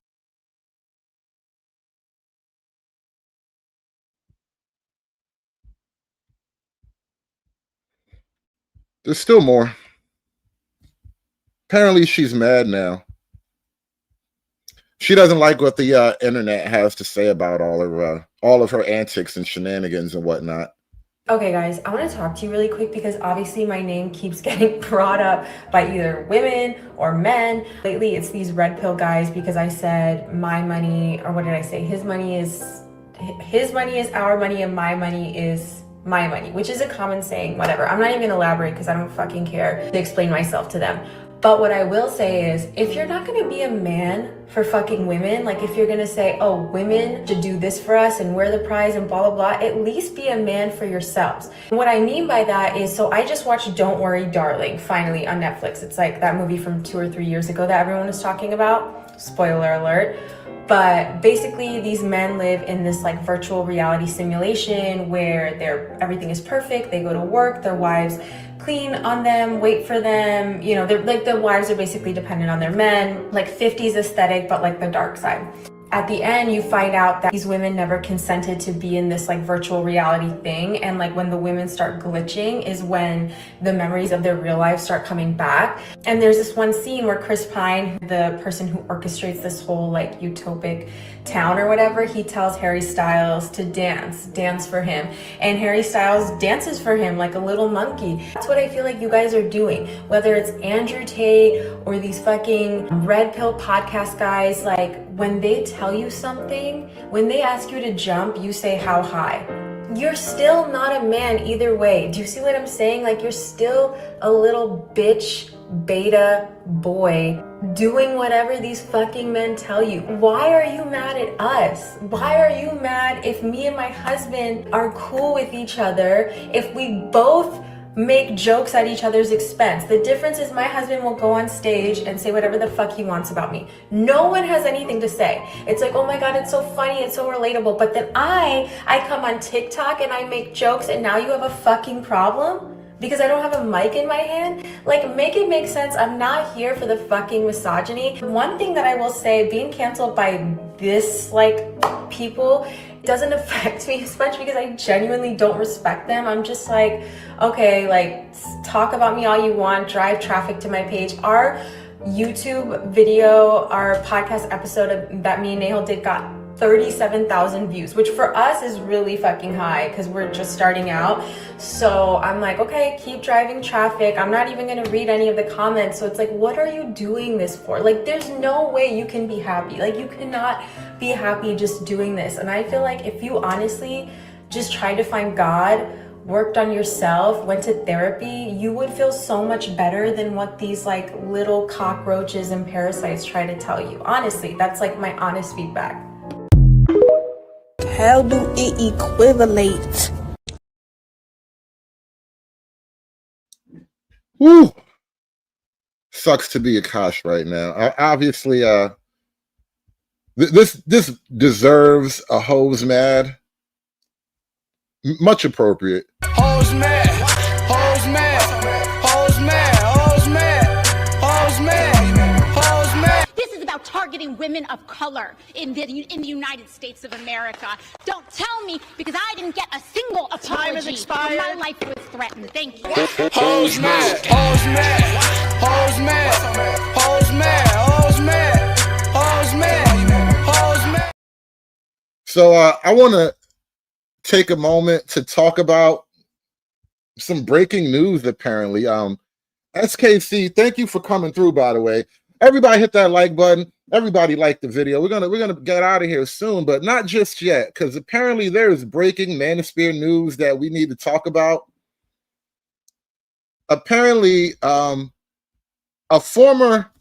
It's crazy how going against the manosphere just be breaking heads left and right.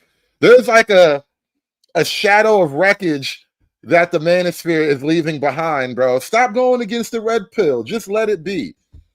Apparently, one of those anti-manosphere figures that used to get on panels and talk about black men and these men ain't shit, these niggas, incels, da-da-da-da-da.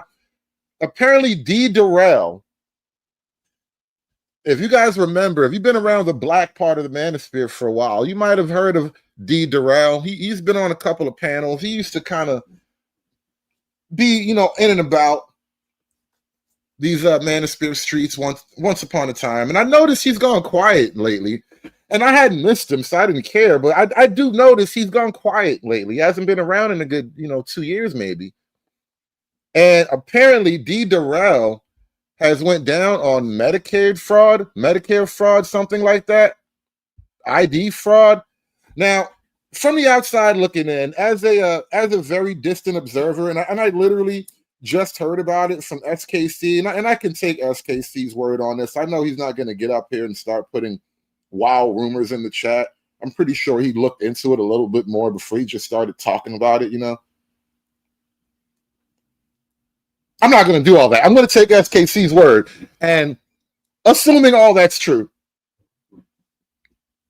it sounds like he just went to jail for doing, well, for having fraudulent black woman therapy. Because I could almost guarantee if he's a social worker, most of his cases are probably black women or the children of black women. And he's running some type of scam doing black female therapy, right? Because it is a scam, right? Now you understand why I have such little respect for the therapeutic minded Negro.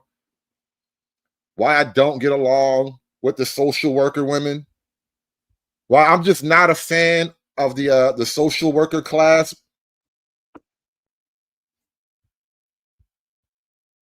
SKC, throw a link in the chat for me real quick. I'll pull it up. I wouldn't even know where to look. I don't know his name. I just know D. Durrell. But if you got a link, pull it up in the chat for me, because that did he make the local news? Is he on the news in Texas, y'all? I heard everything is bigger in Texas, man. Even a fraud. Did he make the news? Yeah, a dude named D. Durrell. A dude named D. Durrell, who's used to be, quote, anti-manosphere. Apparently he went down for some type of Medicaid fraud.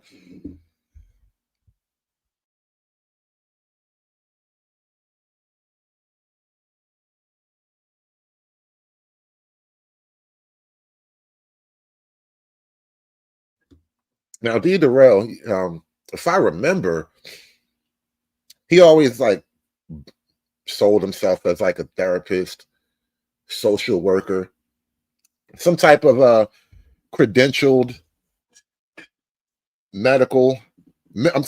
credentialed mental health professional, right? And so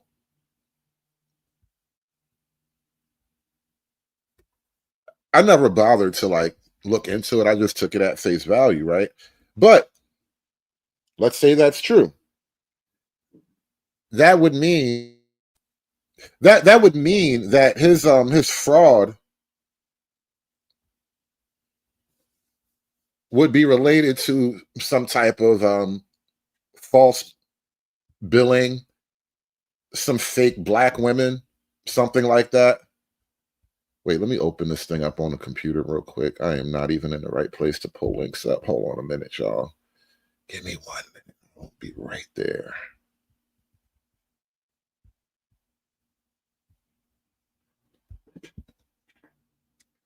But that means, though, he had to be bringing up basically fake paperwork for black women. That means all of his, well, a lot of his alleged therapy that he's doing for black women was basically a scam. But that's just me spitballing really, really quickly from the top.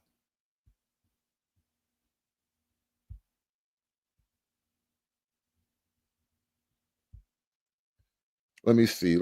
What Carmen, all right, let me pull up Carmen's link too real quick before we start sharing, because I got the charges that you put up there. Let me see. Big J did a stream on it. I hate Big J. Big J is a fucking dick rider. Now you're gonna make me use Big J's show for some content. God help me. Carmen, whatever happens after this, I'm gonna blame you. This is the first time you ever heard Big J's name on my channel here. So let's pull up Big J's screen first. No. Number one, link number one is on there. That's all I gotta say. Link number one's on there, okay? Because I'm not playing. I ain't playing with you bitch ass niggas though. Oh, hold. I bet I'll look. Go ahead. Yeah. Hold on. He was bragging, Drew, about how he had a good relationship with the Medicaid people. Oof. And he probably did. But if he didn't file that paper, that is new for them to be able to build Medicaid and Medicare. That shit ain't that old, but if you don't do that shit right, that shit fraud. But I don't know what the aggravated identity theft shit is, so he might not have made a mistake in the paperwork. That nigga probably was actually defraud. And it's a lot of healthcare providers that defraud Medicaid and Medicare. Yeah. Let's read some of this, right? Let's read some of this.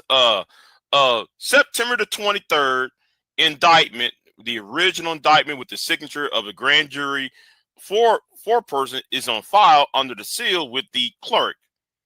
As to the derail, 1 counts 1 to 5, 6 to 9 file attachments. I'm not going to, it's on the PDF file right here. Second, U.S. attorney. Hold up. This ain't no DA from Houston, DA from Harris County. No, this is United States attorney from Louisiana, by the way. The U.S. attorney criminal docket sheet to derail entered September 23rd, 2025. Damn, bro. Down goes D Darrell. Down goes D Darrell. What do you mean how they get the paperwork, bro? Once you in the system, bro, the paperwork is public. I got the paperwork too. Citizen Lou. What happened to Citizen Lou, by the way? Freeman's Journal.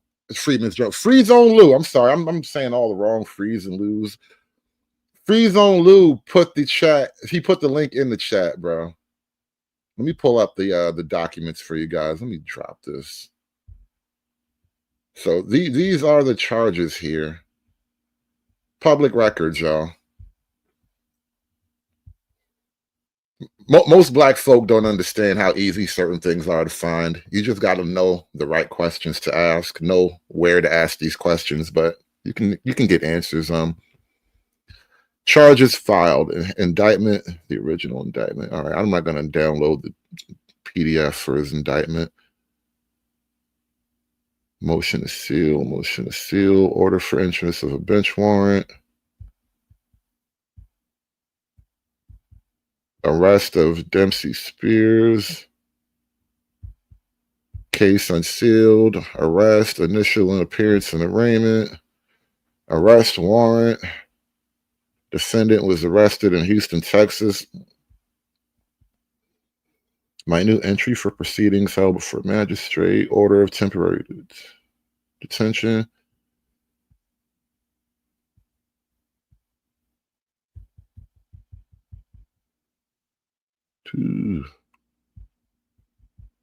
So this is basically the order of all of his legal proceedings here.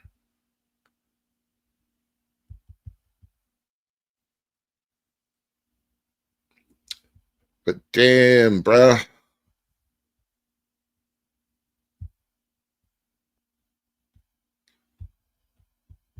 So they made him close all 3 of his practices, right? Really? Yeah, now? they made him close them. That's how they lady lost her job. They made him cut all the. Yeah. You talking about that lady that was an Afro Spin Gotti's channel? Yes.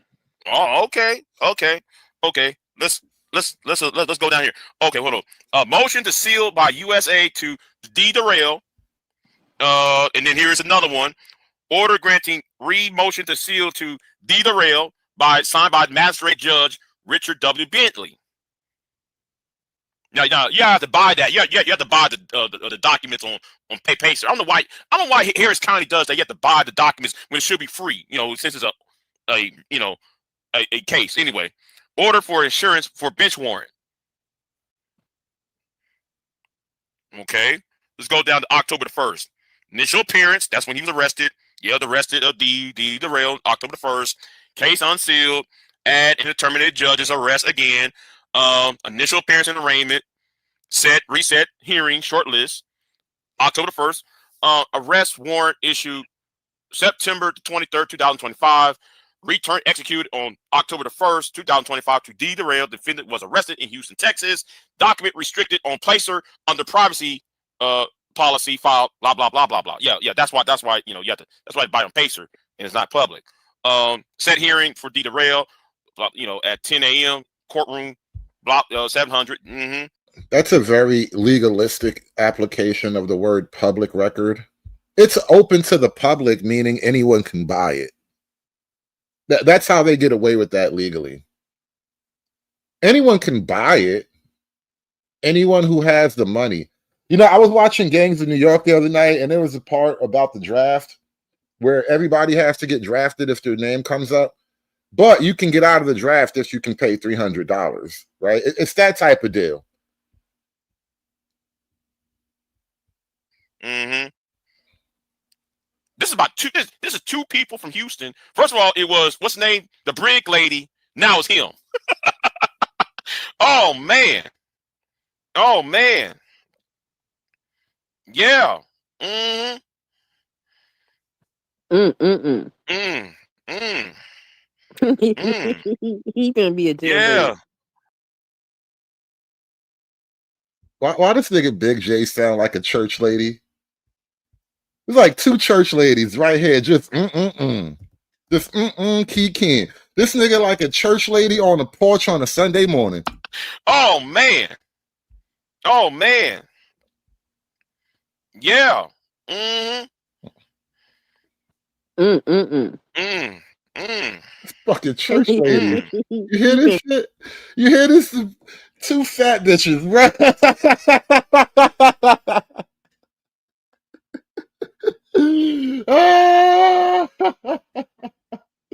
There's two fat bitches having the time of their life right now. Yeah. Mm-hmm.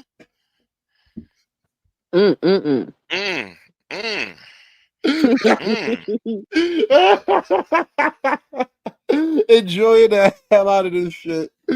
I ain't gonna front. It is funny.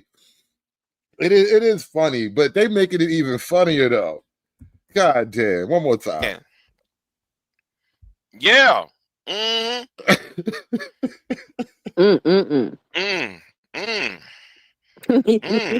What y'all eating? Yeah.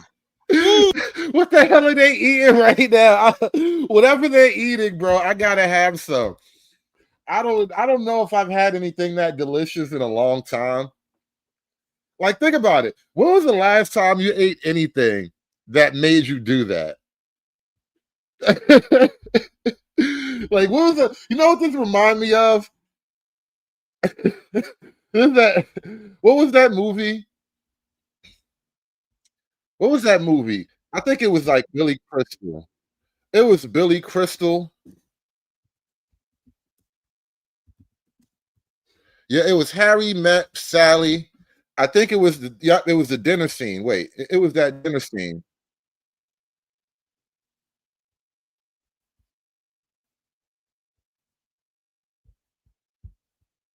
Oh, God. Oh, yeah, right there. Oh. Oh. Oh. Oh. Oh, God. It almost kind of reminded me of that for a minute. Like, whoa, what was y'all doing? Oh man. Oh man. Yeah. Mm-hmm. Tell me that's not what that is right there. He can't be a jailbird. Yeah. Tell me they didn't just both He got climax locked together, bro. Tell me they are not. They both shared a cigarette after that. Right after that, he lit a cigarette. He took like 4 drags on it and he passed it to her. I'm telling you, that's that energy. That's that movement right there. Watch. Go back. Let's go back to Harry and Sally. Let's go back. Let's try it one more time. Oh, yeah, right there. Oh. Oh. Oh. Oh. Oh. Okay. Now, let's go back to these goofy ass niggas. Oh man. Yeah. Mm-hmm.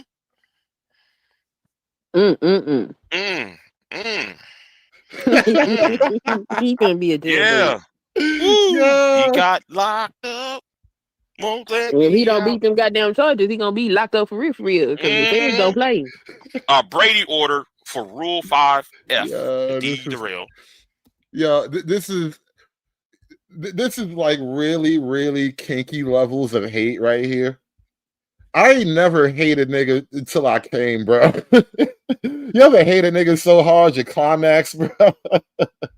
Oh man, hey, hey, hey, hey, hey, hey, hey, hey, hey, hey, hey, hey, hey, hey.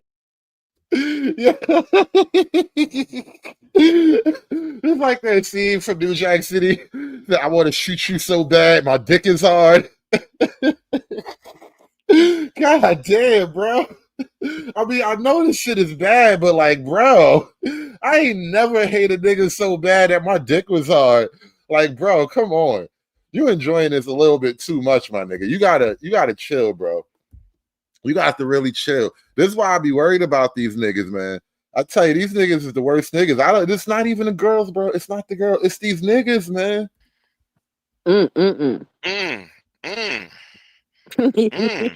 Man. Oh man. Oh man. Yeah.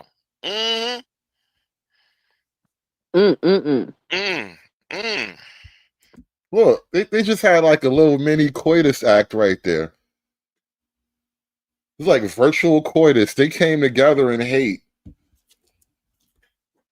I've never tried that as a sexual maneuver. Do you think that's the thing that's missing between black men and black women? They need somebody to hate together. That's why. You know what?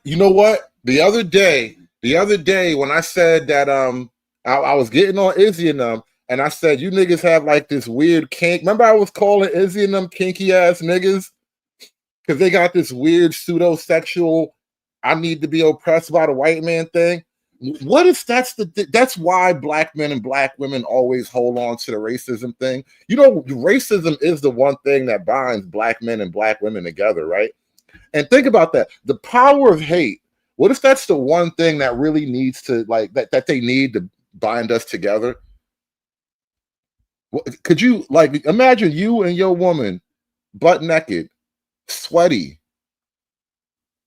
candles and incense lit in the background, and you just grinding away together in your hatred of the white man?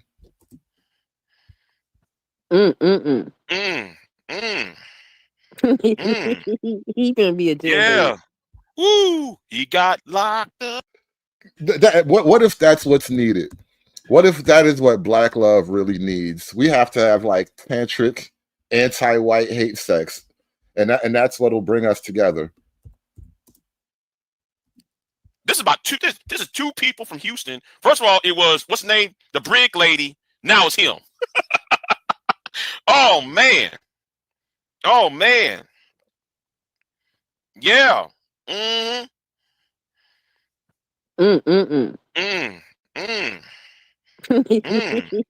gonna be a jailbird. Yeah. Woo! He got locked up. Won't let If he me don't out. beat them goddamn charges, he gonna be locked up for real, because the feds don't play. A Brady order for Rule 5F, the D derail. Okay, minute entry for proceedings held before the magistrate judge Richard W. Bentley. Initial appearance continued. Okay, yeah. Like we got that part. Hold on. Appearances. Andrew. Somebody talking about how did you find these rap sheet? Oh shit! Let me see. What up, a bitch? How Docket doing? control. Right. Docket control order to derail 5-day speedy trial limits wavered. No motion filed due by October the 20th, 2025. Responses by October the 30th, 2025. Proposed by Von Dare due by November the 26th, 2025. Pre-trial conference set for December 4th, 2025 by 2:30 p.m. at courtroom 9A before Judge Alfred H. Bennett. Jury selection for December 8th, 2025 at 9 a.m. in the courtroom 9A before Alfred H. Bennett. Signed by Magistrate Judge Roger. Yeah, most don't. It's okay. So like, healthcare is one thing, but mental health and geriatric care, they don't have a whole lot of regulatory bodies that can oversee a lot of. That nigga was scamming the government, helping black women, y'all. Gotta love it. Yeah, that's sun-kissed old ratchet ass.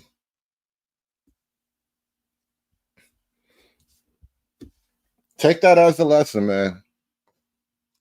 Helping black women is a very lucrative scam if you can work the paperwork out.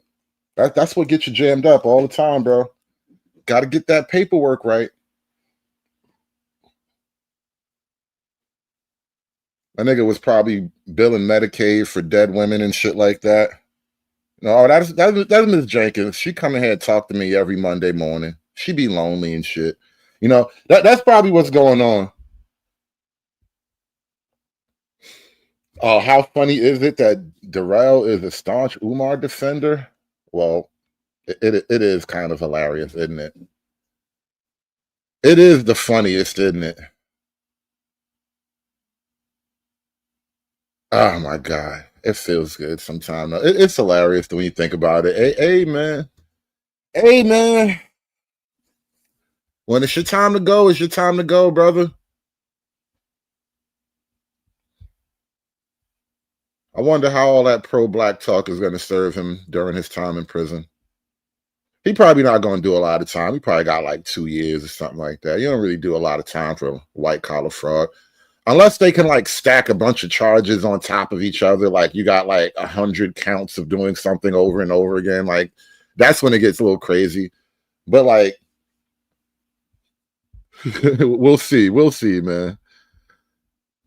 Prayers up for D. Darrell. He gotta do some hard time, man. So I got them plane tickets.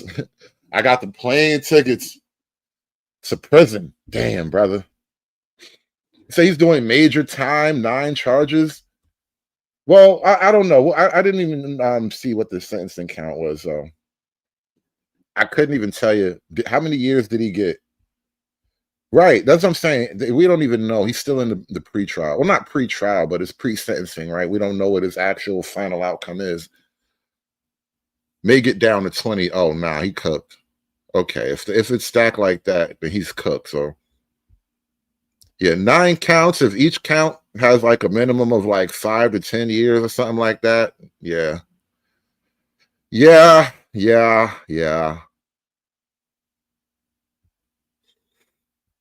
Damn, bro. He got them plane tickets, huh? Let me see if I can pull that up real quick. Is D. Darrell still on? Wait, let me see.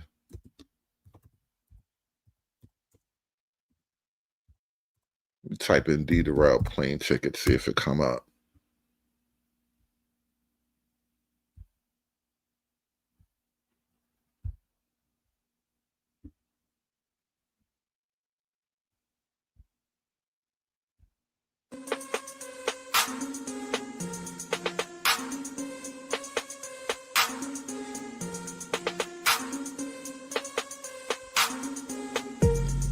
Plane tickets. I got the plane tickets. I got the plane tickets. I got the plane tickets. Damn, bro. Damn, bro. He got the plane ticket, y'all. That's nasty. Gnarly work. Gnarly work, brother. Come on, man. D. Darrell, you had them plane tickets, bro. You see, man. You should have flew. You should have used them plane tickets, D. To imagine that he had them plane tickets this whole time and he never used them. And now look at him now. Look at him now. You had them plane tickets this whole time and you never used them. You could have been in a non-extradition country right now. I got the plane tickets. I got the plane tickets. I got the plane tickets. I got the plane tickets. A nigga said, D-Darrell, you need to get them goddamn bunk beds right now. He in the bunk bed right now. Let's fucking go. Right now. You think they got queen size mattresses in state penitentiary? Wait, I don't know. Is that federal? These are not state charges. These are federal charges. The federal government doesn't buy bunk beds. No, I'm sorry. The federal government doesn't buy queen size beds. They only buy bunk beds. You have state issue bunk beds. Bunk beds, nigga. Wicked. Wicked, bro. The work is wicked. Bunk beds, nigga. Plane tickets. I got the plane tickets. I got the plane tickets. A nigga said, Deidre, you need to get them goddamn bunk beds right now, right now. Woo. I said, kiss my ass like right now, right now, right now, right now. Yeah. Talk about black women all day and all night and all day and all night and all day. Debate of the topics like you're lost and you don't know what else to say. Whoa, listen, I hope you can defend black women in the yard. When you walk in the yard, and you know you out there with the real niggas and shit like that, you know, tell them how awesome the women are. You know, tell them, hey, bro, you know, black women. You know what I mean? BWs, we all we got, right? I hope that works. I hope that buys you friends. I hope that makes you the proper connections in the yard. You know what I mean? Spit a few bars for Keisha, Mr. Spears. Let's go. Can I get a Keisha track? They're gonna put that nigga on the payphone like R. Kelly. Hey yo, rap for my bitch, D. Hey yo, D, do one of them Keisha raps that you be doing. Yo, come here, rap for my bitch. Hey yo, LaShonda, yo, you gotta hear this nigga. This nigga be doing the illest Keisha bars, bro. Yo, D, get your bitch ass over here, rap for my bitch, nigga. They gonna put that nigga on the payphone like R. Kelly. Watch. You never hear these niggas go on and on about the girls that they claim that they with. Can't say the same about the black women that they don't want. Yeah, you know they full of shit. They say they want to leave. Saying black men take heed. I'm like, nigga, you can go. I'm like, nigga, you can leave. I got them plane tickets. I got them plane tickets. I got them plane tickets. I got the plane tickets. I got them plane tickets. I got them plane tickets. Yo, that's nasty word. Mr. Enigma said he about to be a black woman. Nasty. He about to hit his final act. He about to hit his final form, y'all. He about to become a black woman. I hate you for reminding me that's what happens to niggas. I hate you reminding me of that's what happens to niggas, bro.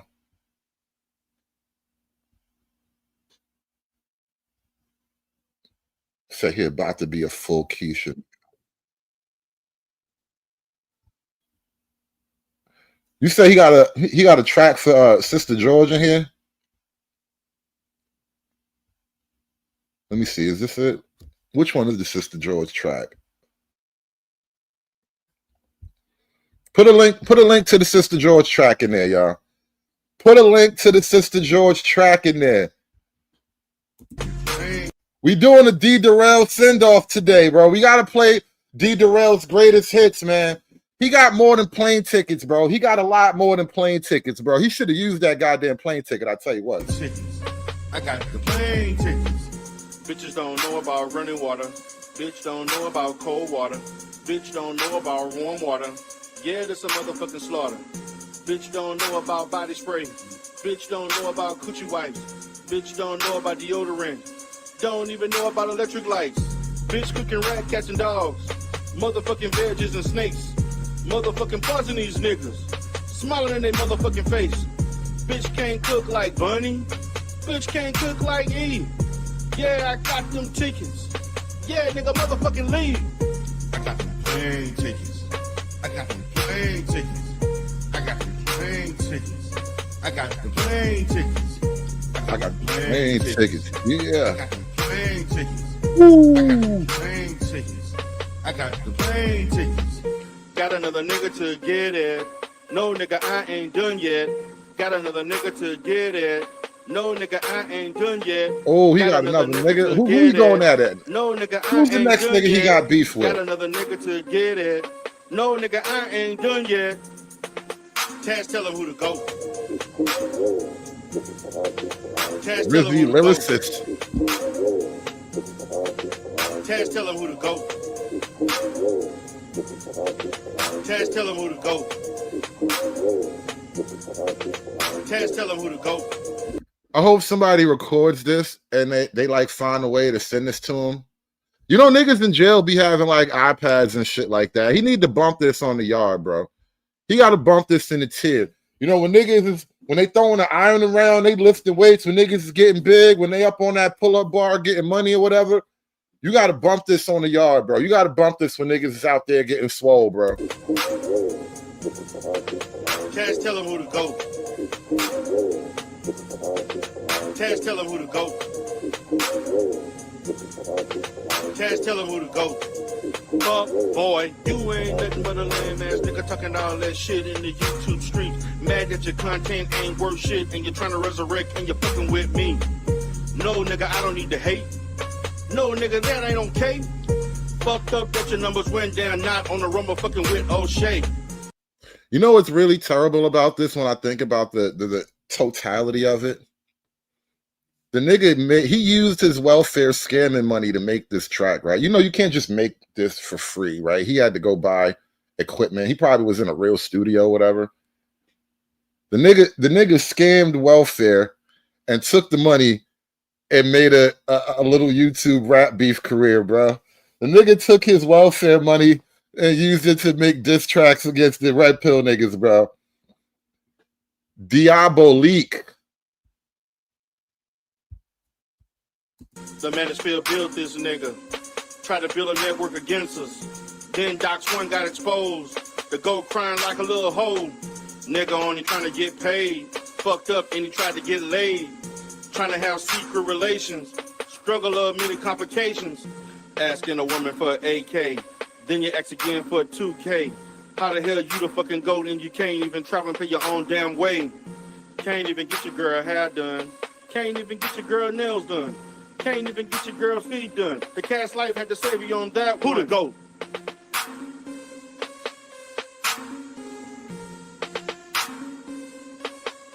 Damn, D. Yo, keep your head up, D. 20 years ain't that long. 20 years ain't that long, D. You be home soon. 20 years ain't shit, D.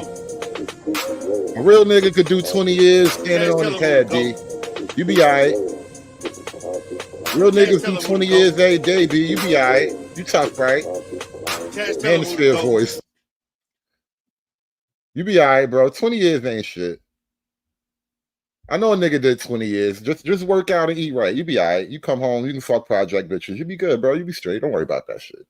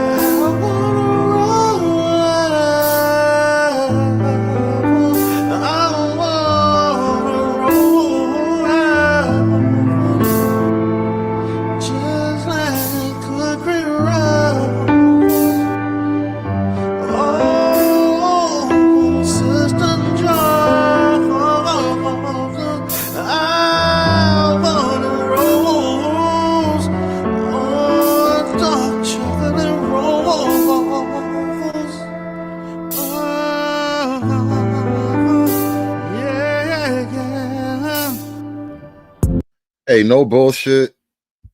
Sister George and Concrete Rose husbands need to beat the shit out that nigga together, bro. Them niggas need to get in the pickup truck put a 6-pack in the back, a baseball bat or some shit like that in the back seat. They need to find that nigga and beat the holy shit out that nigga. I'm telling you, a good old fashioned passionate ass whipping where you get your shoes coat and your hat tooken. They need to get that nigga an Eminem ass whipping, y'all. This is too much. This right here, how do you not beat the nigga ass about some shit like this, bro? I don't even want to talk to you. I don't even want that. There is no conversation I would like to have with you after this, bro. Like there ain't no, like, come on, what type of shit you on, homeboy? Like, nah. That's what you do with your Medicaid scamming money, bro. This is what you do with your Medicaid scamming money, bro. Nah, bro. Facts. A menace to society. We about to go Kane and old dog on you, bro. We gotta go Kane and old dog on you, bro. I'm telling you, there's no other way. How do you not go Kane and old dog on this nigga? Like, bro, could you imagine a conversation? Like, yeah, bro, I heard that song, bro. He was singing about your wife. Like, nigga, he was singing about your wife too. Like, I know, bro. I'm not even fucking with you. I'm just saying, bro. Like, could you imagine this shit, bro? Nah, bro. Come on. This is terrible. This is nasty, wicked work, bro. Talking about you got them plane tickets, bro. This type of shit a nigga catch the plane over. Nigga out here trying to, this nigga singing to my bitch. I know this nigga not singing to my bitch. Oh, Sister John, I want a rose, oh, dark chocolate rose, oh, yeah. Sweet No, this is too much. It's too much. You got AI avatars up. This is stalker level, bro. I hope the FBI checked your fucking hard drive. I hope the FBI cracked every one of your passwords, bro. Both smell so good and taste so sweet. Bring the cadaver dog to the backyard too. I got it. It's the cadaver dogs out here. I don't know. I'm just in case. I don't think so for real. I don't think so for real, but just in case, bro. Just a hunch. Bring the cadaver dog to the nigga backyard. Wife cooperating? Yeah, bro. Your wife would cooperate after something like this, bro. Your wife probably wore a wire. Oh, yeah. Giving it all to me, baby. Your wife had a camera on her bra. Until nothing is left out. Glad I don't have to choose. To choose me, I may lose. One is no better than the other. Loving two shades of the same color. Yo, D. Durrell is the type of nigga that Dexter kills, bro. This is the soundtrack when D. Durrell winds up on Dexter, bro. Covered all over. This is the exact music that you're gonna hear when Dexter finally catches this nigga. I'm telling you.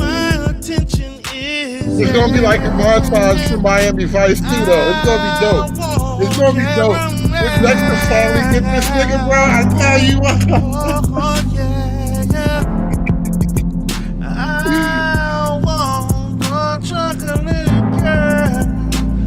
This nigga is amazing, bro.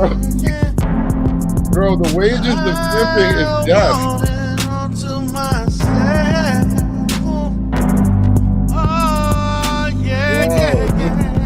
Work. I can't believe this nigga. How long is this track? How long is this track? This nigga really went all the way in. That nigga said, cover me. Bitch, I'm going in. I'm going in. I'm going in. Mm-mm.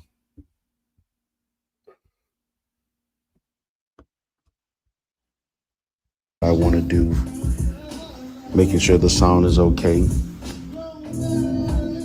doing a little mixing, and also trying to determine whether or not I should Oh, we got it finalize behind the track. music? Oh shit. As you Not can see, D-Rail this is behind the me. music. Oh no, life is too good. Life is good to us. Life has been good, so good. This life is great. Life is great. I didn't even expect to get a D Darrell behind the music today. This is like VH1 when it was dope. You know, in my creative mode at this point, I'm kind of singing, humming, listening, getting comfortable. Now beginning to, you know, continue to listen to the music. I'm trying to remember the verse. Now I'm playing a little bit at this point, trying to feel it, you know, playing with the chords, getting comfortable. This is the creative process. When you hear D Darrell making tracks, creating these bangers, creating these hits, this is what it looks like. As you can see, I got my room colored, light blue. I got the ultra colors going on. Now you see me trying to, Nigga studio colored Medicaid blue, bro. That nigga studio is colored Medicaid blue. The nigga is diabolical. The nigga is diabolical on levels I had never witnessed before. I had never contemplated such diabolicality. How do you say it? Diabolicality. Fuck, that's the word, damn it. That's the word. The levels of diabolicality that I've never seen before. This is just amazing. You got the Medicaid Blue studio. This nigga is wicked, bro. They had to come get you. They had to. They had to do it for the game, bro.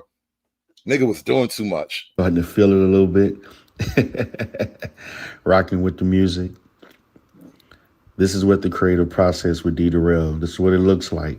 This is how I'm in love with a light-skinned girl remix, caramel and dark skin too. This is what it looked like. So I'm just basically feeling it. I got my arms waving, I'm singing, listening to the track over and over on the video. Just, you know, just getting a good feel of everything, you know, trying to make sure everything was right for you. I know I delayed this, man, but I had a lot of issues going on, a lot of deaths in the family over the last month. You know, I've been to several funerals and yeah, Carmen, and his therapist sweater too. He got on his comfortable middle-class Negro sweater right now. had a lot going on with business. And so this was a good distraction. This was a good way of just taking my mind off of things. Couldn't really focus on doing videos. Then, you know, as you all know, due to some, you know, haters on YouTube, my channel got shut down too. So this is my opportunity to kind of D Darrell behind the music, y'all. You know, feel the music. I'm basically in here, got my headphones on. This is my mini studio. So this is what it looks like. This is what it looks like when D Darrell is trying to create those hits. Could you imagine D Darrell was in the studio just like this right now? He was in his groove. He was jamming, really getting to it, you know, getting in touch with the black woman and his soul and all of that. And then boom, the feds kick in the door and throw a flashbang in that bitch. That would have been amazing. That would have been the only thing better than this. So I'm going to the next situation. So talk to you in a second.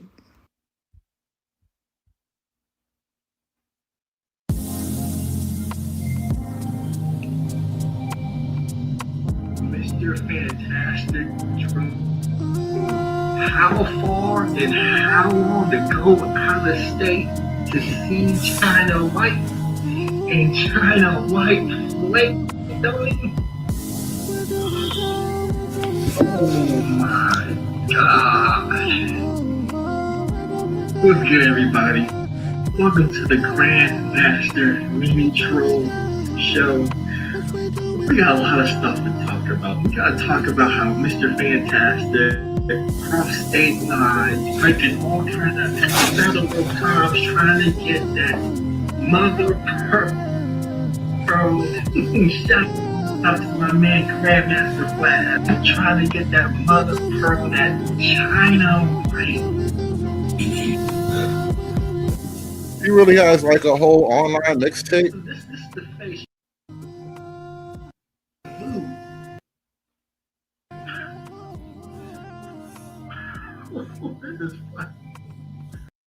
Make sure everything is going to be right. The lyrics I made, just got to do some mixing, kind of refine everything. But hope everybody's doing good today. Got a lot of stuff going on with my channels, kind of messing up the creativity right now. Business and so forth. Thanksgiving getting ready to happen. Just a lot going on. Got a lot of issues within the family, you know, a lot of losses and so on. So got a lot going on. So I'm trying to clear my mind right now and relax. Hopefully I can get some things going, get some creativity going, and create this hit for you.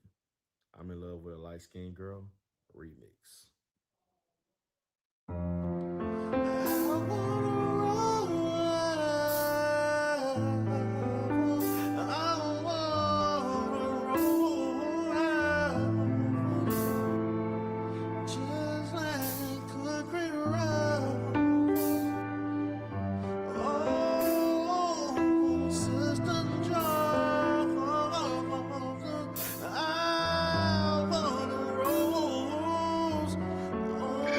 Nigga said he want a rose. That nigga said he want a rose, y'all. Ill, bro. Don't be telling the niggas in jail you want a rose, bro. They gonna make you one.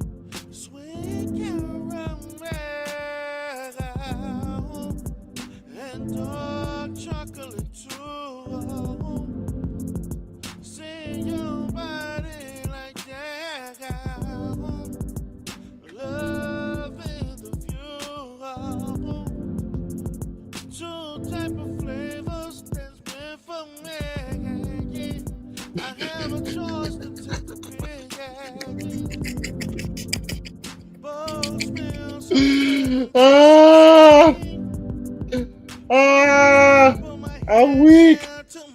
I'm fucking weak. Oh God. Oh God. Don't let none of them niggas in jail know about this, man. Bro, don't let the niggas in jail find out, bro. Yo, you know what's crazy, bro? In like 18 months, bro. Like conceivably, now we're on a timeline we never knew we were on before.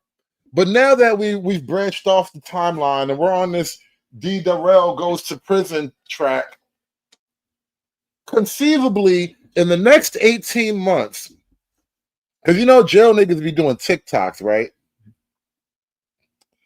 Jail niggas be doing TikToks, right? Shout out to SKC with the foul ball. He says, could you imagine one of his cellmates telling him, "You gonna sing for me tonight, D?" Brother. Shout out to Jesse with the 2 ball, man. Shout out to Deacon Dave with the 2 ball again. SKC with the $2. You got to play the other song, Hood. And then SKC, bro, could you imagine one of his cellmates telling him, you gonna sing for me tonight, D? Could you imagine one of his cellmates coming in from a hard day on the yard? Prison politics getting to his nerves, you know? Baby mama all tripping and shit. Niggas ain't paying up like they supposed to pay up. Just everything going wrong. Your celly coming there all angry and sweaty and shit. You gonna sing for me tonight, D? What you mean you ain't gonna sing for me? If you think I'm here to play around with y'all, goddamn I'm not. All right. You gonna sing for me tonight, D?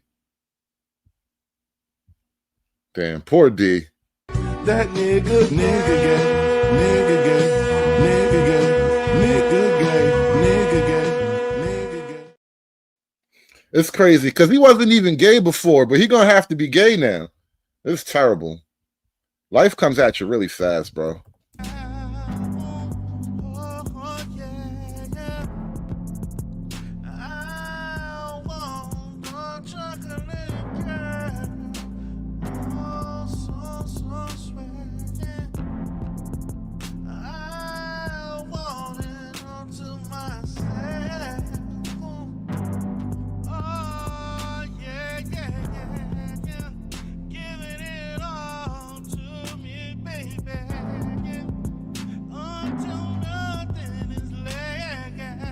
Could you imagine, bro? One day he gonna be coming back from chow, be coming back from the yard,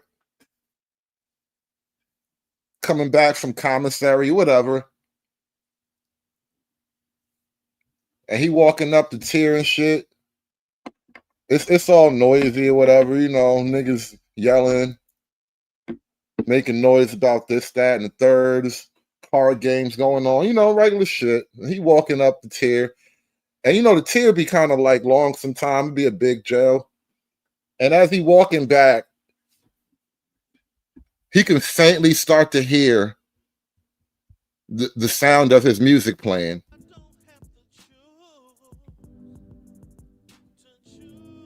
And he start to get like a really sinking feeling in the pit of his gut. He know what it mean when he hear the music playing and he walking back to his cell. Like, damn it, not tonight. But it's too late. He can't turn around. He got to go back. Like, where else is he gonna go? Rec time is over. He not on none of the work details. He can't get a job in the library or nothing like that. He got to go back to his cell. And he walking back now. He got that knot in the pit of his stomach growing. Nigga asshole. He trying to clench his asshole, but it don't clench no more. And now he's remembering the time when it used to clench and shit. He can't even do that no more.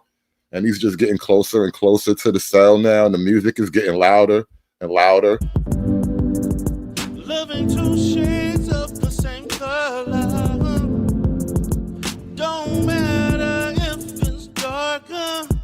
And the nigga's starting to sweat now, bro. Like he really hating his life now. But like, what is he gonna do? Nigga really regretting all the choices he done made in the last 4 or 5 years of his life. Nigga start reciting the Lord's Prayer and shit. Our Father who art in heaven, hallowed be thy name. But now he mad at himself because he can never remember the last part. And he just keeps stepping, getting closer and closer, and the music is just louder and louder now. And now he's just at the door. He can smell the weird incense that jail niggas be smelling. They be making incense out of like deodorant and toilet paper and shit. Be dipping toilet paper and baby oil and lighting it on fire. And he got that weird baby oil incense burning in the air now. Careless if it's lighter. Covered all over her body. Catching my attention is I want caramel. Oh, yeah. That's my favorite part when you sing about the caramel. All right, I'm gonna stop. We gotta stop. I gotta stop. He's at his cell door now.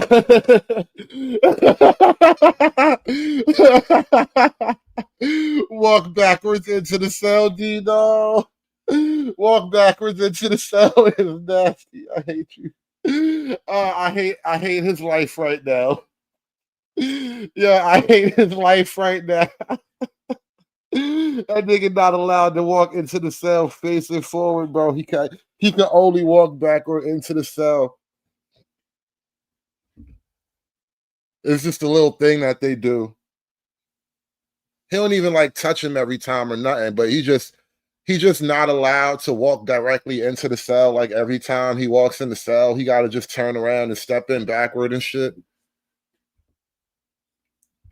This shit is terrible, bro. This shit is fucking terrible. I want a chocolate girl. Oh, so sweet. Yeah. I want it unto myself. Oh, yeah. Not the one tear. Not the one tear like Crybaby.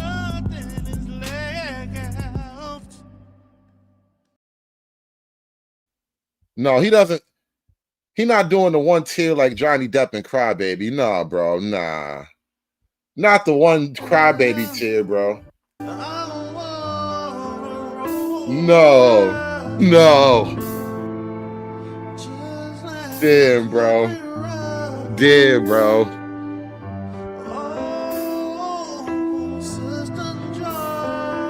Imagine him walking into the tear and this shit is already playing. Could you imagine he get into jail? Because you know, like, this is still true. When you first come in, you do kind of do that, like, that little walk or whatever. Everybody knows when a new nigga pulling up. Because most of the time, new niggas only pull up like one day out of the week or whatever. Transfers happen like orderly. It'd be like on Tuesdays or Thursdays, new niggas pull up or something like that. And you get in that bitch. And this shit is already playing, bro. Could you imagine this is already playing when he walk in there, bro? Like he never been to jail a day in his life.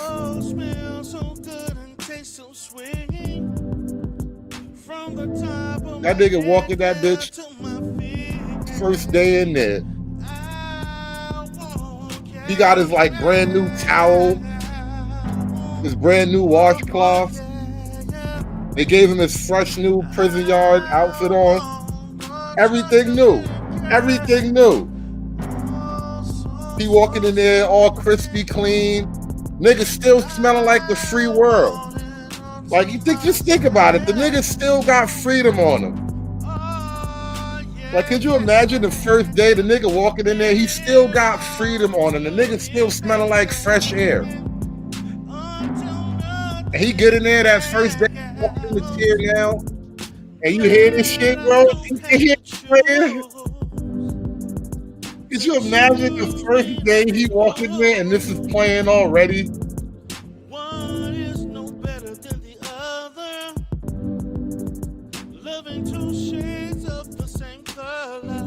This takes on a whole new meaning when you're on the tier and it's a bunch of new niggas walking in and you got a song playing in the background. One is no different than the other. I love them all the same color. Like, bro.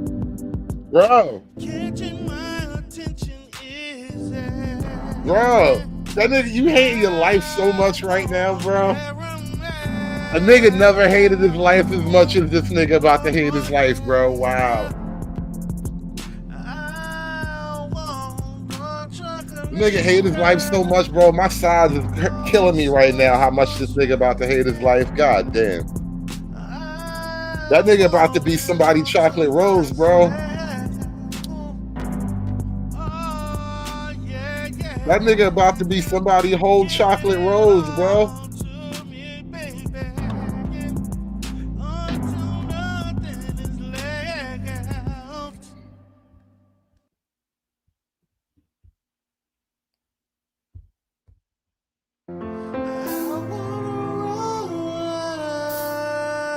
Bro, first day in is wicked, bro. I gotta stop. All right, I think I'm done now. I think I'm finally getting I'm getting it out of my system, bro. Because you laid a lot on me today, and I don't think Big J Triple Stutter. I don't think Big J Triple Stutter would have really. He wasn't gonna really scratch the itch, you know, because they on some other shit. They was having a weird. Harry met Sally moment up there, but this is what we needed. You just gotta vibe out to the hits, man. Just imagine him doing 20 years, and a couple of times a week he gotta walk back into the cell, and this shit is playing, and he just know. Could you just imagine? He just know, bro, for the next 20 years, bro. Because you know, sooner or later, bro, nigga gonna get his hands on this, bro. Niggas get their hands on, niggas get your information when you locked up, bro. Don't think that it ain't no outside contact. Don't think that niggas don't be having access. Don't think a nigga won't be petty enough to have somebody look you up. Then they find out you got a YouTube career. Oh, you make beats, nigga? Oh, man. Oh, man.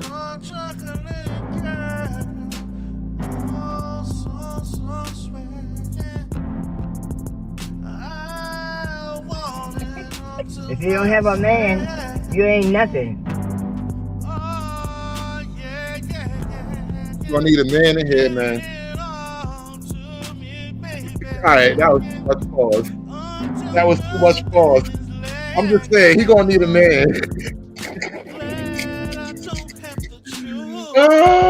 He gonna need somebody to protect him. He gonna need a provider.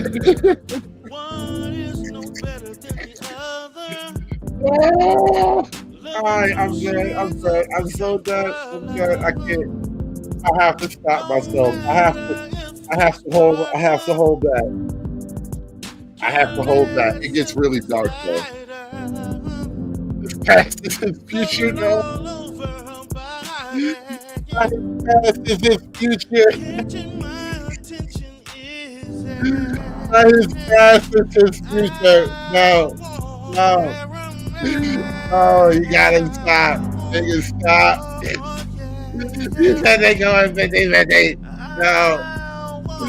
No, you gotta make it stop. You gotta stop. These niggas is worse than me. Every time I get out, they just keep sucking me back in. Oh my God. That's exactly what D. Darrell gonna say too in a couple of years, bro. Every time he try to get out the cell, they just keep dragging him back in. They just keep playing the song over and over again. They gonna tell that nigga to rock the mic. No. God damn you. No! Not rock the mic. No! No, I'm sorry. I thought I had it out of my system. I wasn't done yet.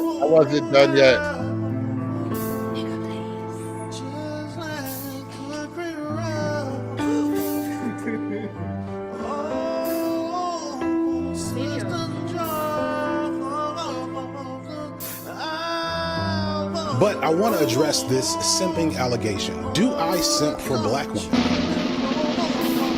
Yes. I love black women. I don't like y'all niggas.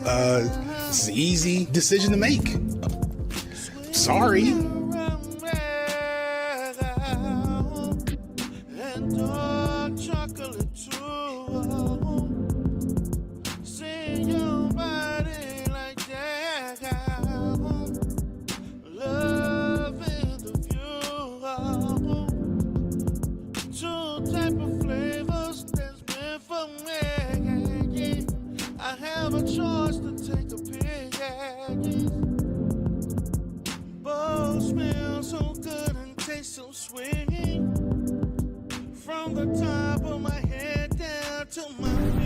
If you think I'm here to play around with y'all, God damn it, I'm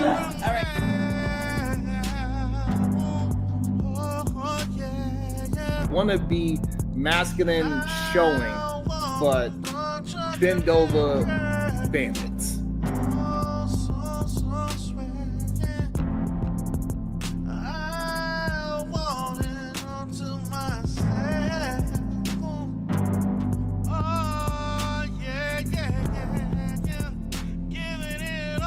Oh man, hey.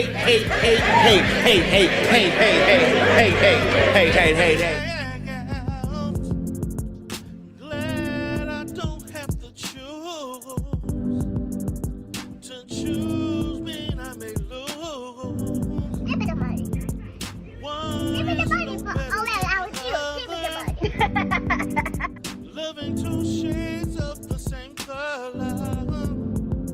But black power starts with black women. It just does.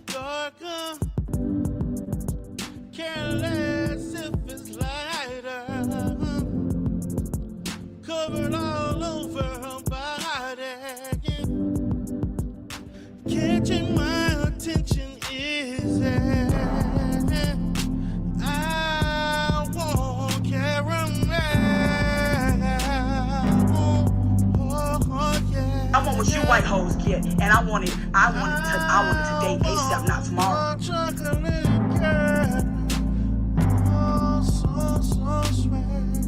There's this myth out there that black men can't handle being spoken to, you know, and told what to do by black women. Black men come from our bodies. So they're used to having these conversations with women. The matriarchy is strong with the black It is very strong.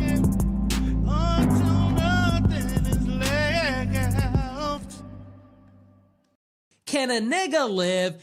Can a nigga live? Please. None of these niggas have motion except for me. There has to be one real nigga left in America, in this damn country. Somebody had to do it. I am the chosen one. Somebody had to do it. Aspiring to be patriarchs like what white men have, that isn't freedom. Hey guys, that isn't you going to can help see anybody. It's certainly not going to help black I'm people. basically It's done. It's done. It's done. It's done. It's done. It's done.